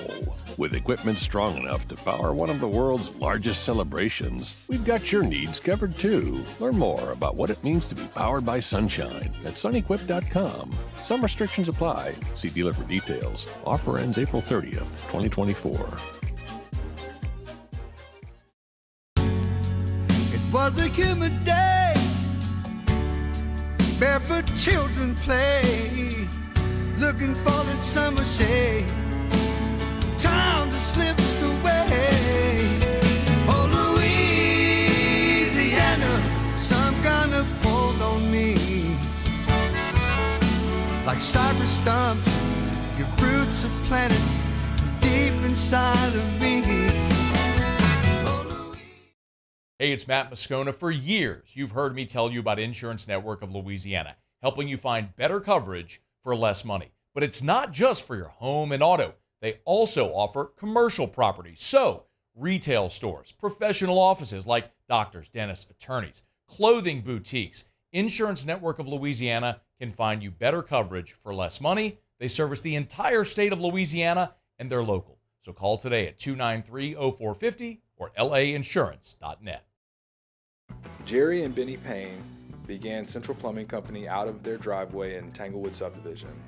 50 years later and 4 generations down the road, we continue to serve Baton Rouge and the surrounding areas for all of their plumbing needs. Residential, commercial, industrial, or hospitality, Central Plumbing is here 24/7, 365. We want to thank our customers, family, and friends for 50 years of success. And looking forward to 50 more. I've been doing business with Luba for 25 years. They're dependable, trustworthy. It's just the attention to detail with our clients. Our folks have years and years of experience. They're highly trained professionals. But many companies have that asset. What I'd like to think makes Luba a bit different is that we use those talents in a way that truly is dedicated to serving the needs of the folks who depend on us.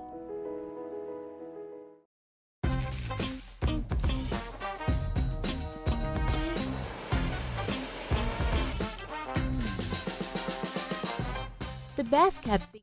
So join us for Wednesday's AFR presented by Pluckers. Matt is back in the host chair. We're talking Combine with NFL draft analyst Josh Edwards. It's Wednesday's AFR 3 to 6, 104.5 ESPN Baton Rouge.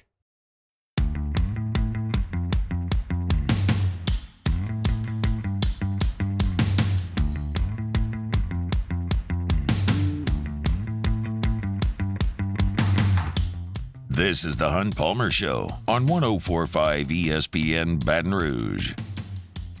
Busy night in SEC hoops coming up tonight. 5:30 on the SEC Network. It'll be Missouri at Florida.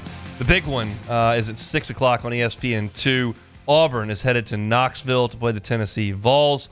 Tennessee 7.5-point favorite on ESPN Bet in that one on Rocky Top. South Carolina heads to College Station. They will take on the Texas A&M Aggies. And Alabama head across the state line to Oxford, and they'll play Ole Miss. Bama just a 5.5-point favorite in the Pavilion tonight. If you're an LSU fan, and if you have any interest in the NIT, then I would tell you you need Ole Miss to beat Alabama because you're trying to get Ole Miss in the NCAA tournament. You need Texas A&M to beat South Carolina. You need Texas A&M in the tournament. Both of those teams are at home. Both of them are taking on ranked opponents. South Carolina's ranked 18th and Alabama's ranked 14th. However, the lines, as I mentioned, very, very different. A&M is a 5.5-point favorite at home against South Carolina. Ole Miss is a 5.5-point dog against Alabama. Ole Miss hurt themselves with a loss over the weekend. So they're on the outside looking in by most accounts at the NCAA tournament. For those that are looking at me going, why do I care about them if LSU is getting the NIT? For those that are new here, the NIT changed its rules. For the Power 6 leagues, SEC, ACC, Big 10, Big 12, Pac-12, and Big East. Those 6 leagues, the top 2 teams in the net that aren't in the NCAA tournament host an NIT game.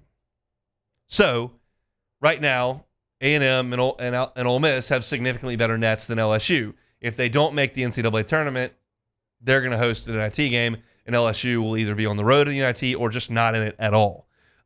If you can get those teams into the NCAA tournament, well, then you do have a good chance to host an NIT game. That may suit some of your fancies. That may not others. That's okay. I'm just relaying the news here.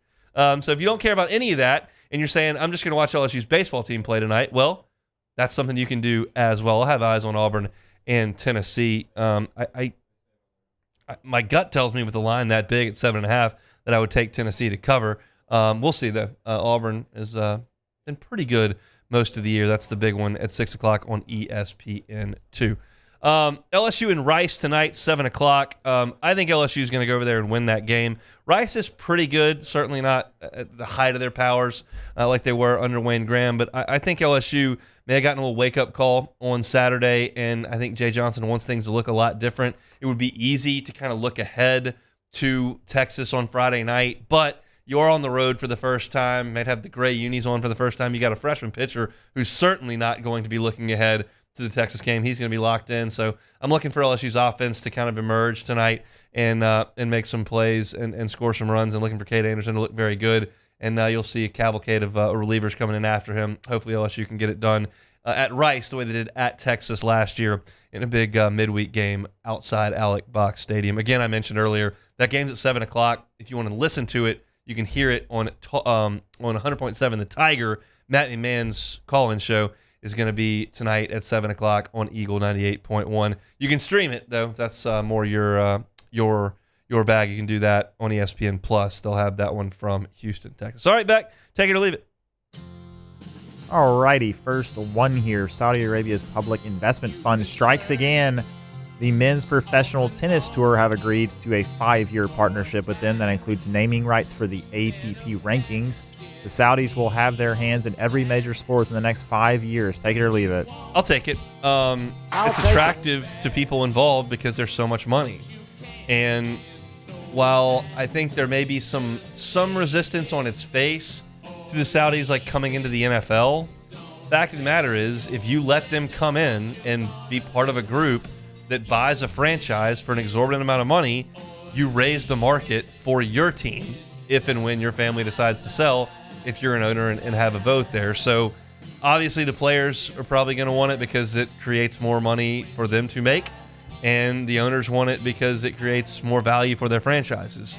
I know there are a lot of people that think it's ridiculous and that it's bad for all of sports because of the human rights record of Saudi Arabia and those involved in the PIF, but the fact is that he who has the gold makes the rules, and they got a lot of it. So they've infiltrated soccer in a big way, they've infiltrated racing in a big way, they've infiltrated golf in a big way, they've now integrated tennis in a big way, and it's all coming. There's very little doubt in my brain that they're going to be involved in just about everything before it's all said and done. Hunt, the Vanderbilt Commodores went into Bud Walton Arena as 9.5-point dogs, and what did they do? They won 85-82. Extend stack. Take it or leave it. Gonna leave that. However, that was their last game before March 1st in their game with LSU. So unless they think that winning at Bud Walton is grounds for a firing, I believe you've survived. I think I have. How do you feel about that? I feel really good about it. You really should. That was a great call by you, putting your trust in a coach who never wins 5 league games. But didn't have to. That's what do they have now? 3 wins? They got 3 wins. They're killing Missouri. Yeah. It's a runaway from close. last place. LSU will face Vanderbilt coming up on Saturday, and Beck will be in his Commodore black and gold. All excited about stacking the Anchor squad. down. He will be fired within 3 weeks. Will he be the head coach on April 1st now? Yes. Oh my God, no chance. I just threw a pin. I'm telling you. He's going to be there. He's not going to be the coach on April 1st. All right, we'll see. No chance. We'll see. This is unacceptable. It's like year 5. They suck. All right. Last one here. Shohei Ohtani made his Dodgers debut yesterday in spring training, and of course he hit a 2-run homer. Ohtani will hit 40-plus homers this year. Take it or leave it. I'll take it. I mean, he's just awesome. And he's not going to be pitching, so all you got to do is hold him a bat in his hands. Just lock in. He's good. I saw one of the guys I follow on Twitter from No Laying Up, part of a golf podcast. DJ Pyhowski was in the building to see that home run, and he tweeted out, report here from camp, this new Dodger Ohtani. Looks like he's got what it takes to break with the big club, expecting some big things for him. So, yeah, I think he'll be pretty good. He hits it very, very far. So that's a big plus for the Dodgers, who have just an abundance of talent. But the Cubs have Bellinger. They do. And so we're going to beat the Dodgers in the playoffs and win the World Series. Yep, I agree. Yeah, I think Ohtani's going to be pretty good. He's also a very, very rich dude. Haven't gotten totally locked into spring training yet. I know that the Cubs signed Bellinger. Yep. I haven't gotten to the point where I'm watching games and whatnot. I do know that yesterday Dylan Cruz and Alex Bregman were in the lineup against each other. Cruz was starting in center for the Nationals, and Bregman was starting at third for Houston, and Cruz got a hit and had an awesome play in center field. So Dylan off to a good start there. I got asked the other day, do I think Cruz and Skeens are going to break with the big team? I don't. I'm not 100% up on my MLB service time rules. I know very, very recently you would hold your best player 3, 4, 5 weeks so that you'd have another year of contract control once they got to the big leagues. I don't know if they've collectively bargained that out of the game yet or not.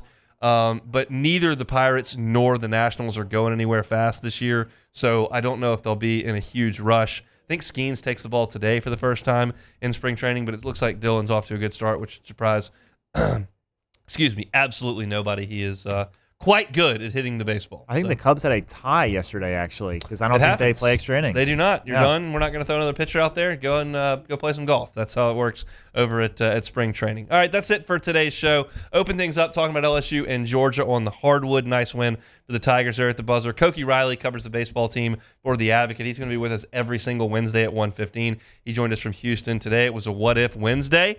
We talked about a potential of LSU hosting a playoff game this year inside Tiger Stadium and what that atmosphere might be like. The Saints report card Really good travel logistics. Not so great with the players' families. Head coach, we don't think so. Food stinks. That's kind of what the survey said with the Saints. I gave my thoughts on all of that. Matthew Brune at the top of hour number 2 talking LSU basketball. I previewed LSU and Rice for tonight, and then a mock draft with Mel Kiper at 2:30. Where are the Tigers? Well, I'll let you know. You can catch all of that on demand. 1045ESPN.com's on demand tab. Apple Podcasts, Spotify, Google, wherever you find your sound, you can find us. And we always welcome you to join us on YouTube. Our full shows are archived there each and every day. We also have Hunt on LSU for all your LSU football. We have Hunt on Saints for all your Saints football. We appreciate it if you go to YouTube and subscribe to those channels. That'll send all your content right there to the tip of your fingers once we load it up. Big show tomorrow that I'm excited for.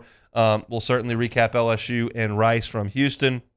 We will chat with Luke Johnson from the Combine. We'll talk to Joe Healy from SEC Extra, part of the D1 baseball team. Chris Blair will talk some hoops with us, trying to track down J.D. Pickell to talk a little football. He had Brian Kelly on his show, so lots and lots to get to on Thursday. Matt's back after a couple of days away. He's about to drive you home on After Further Review. We're back same time, same place tomorrow. Have a great Wednesday. It's the Hunt Palmer Show.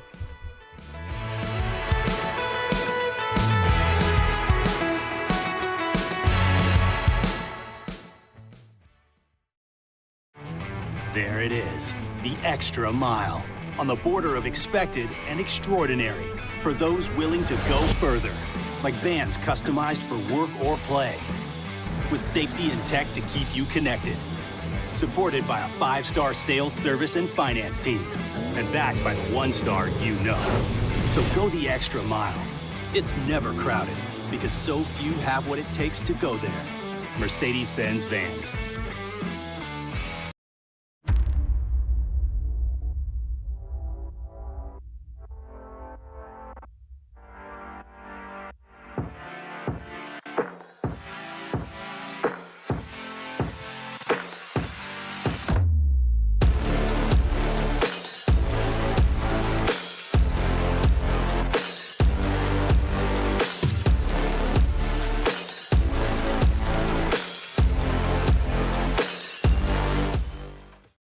Dylan Cruz here to tell you about Six Rings Baseball and Softball Camp. If you live on the North Shore and play ball, go to Six Rings Camps with former LSU assistant coach Dan Canaveri. His knowledge is second to none, and your child will improve and have fun doing it. Camps were held at Coquille Park and Six Rings Academy in Covington with 4 sessions over the summer. Full day and morning only sessions are available from ages 7 to 13. Go to sixringsbaseball.com or call 985-206-9096. Learn the game to love the game. Breck teamed up to reimagine your parks, and you imagined big. With your help, we went to work, creating 12 beautiful community parks across the parish. A family-sized water park, miles and miles of trails, and parks just for your dogs. There are more places to splash, to explore, to run wild, and even soar. You imagined, we delivered. Gold. Breck, your #1 park system in the nation.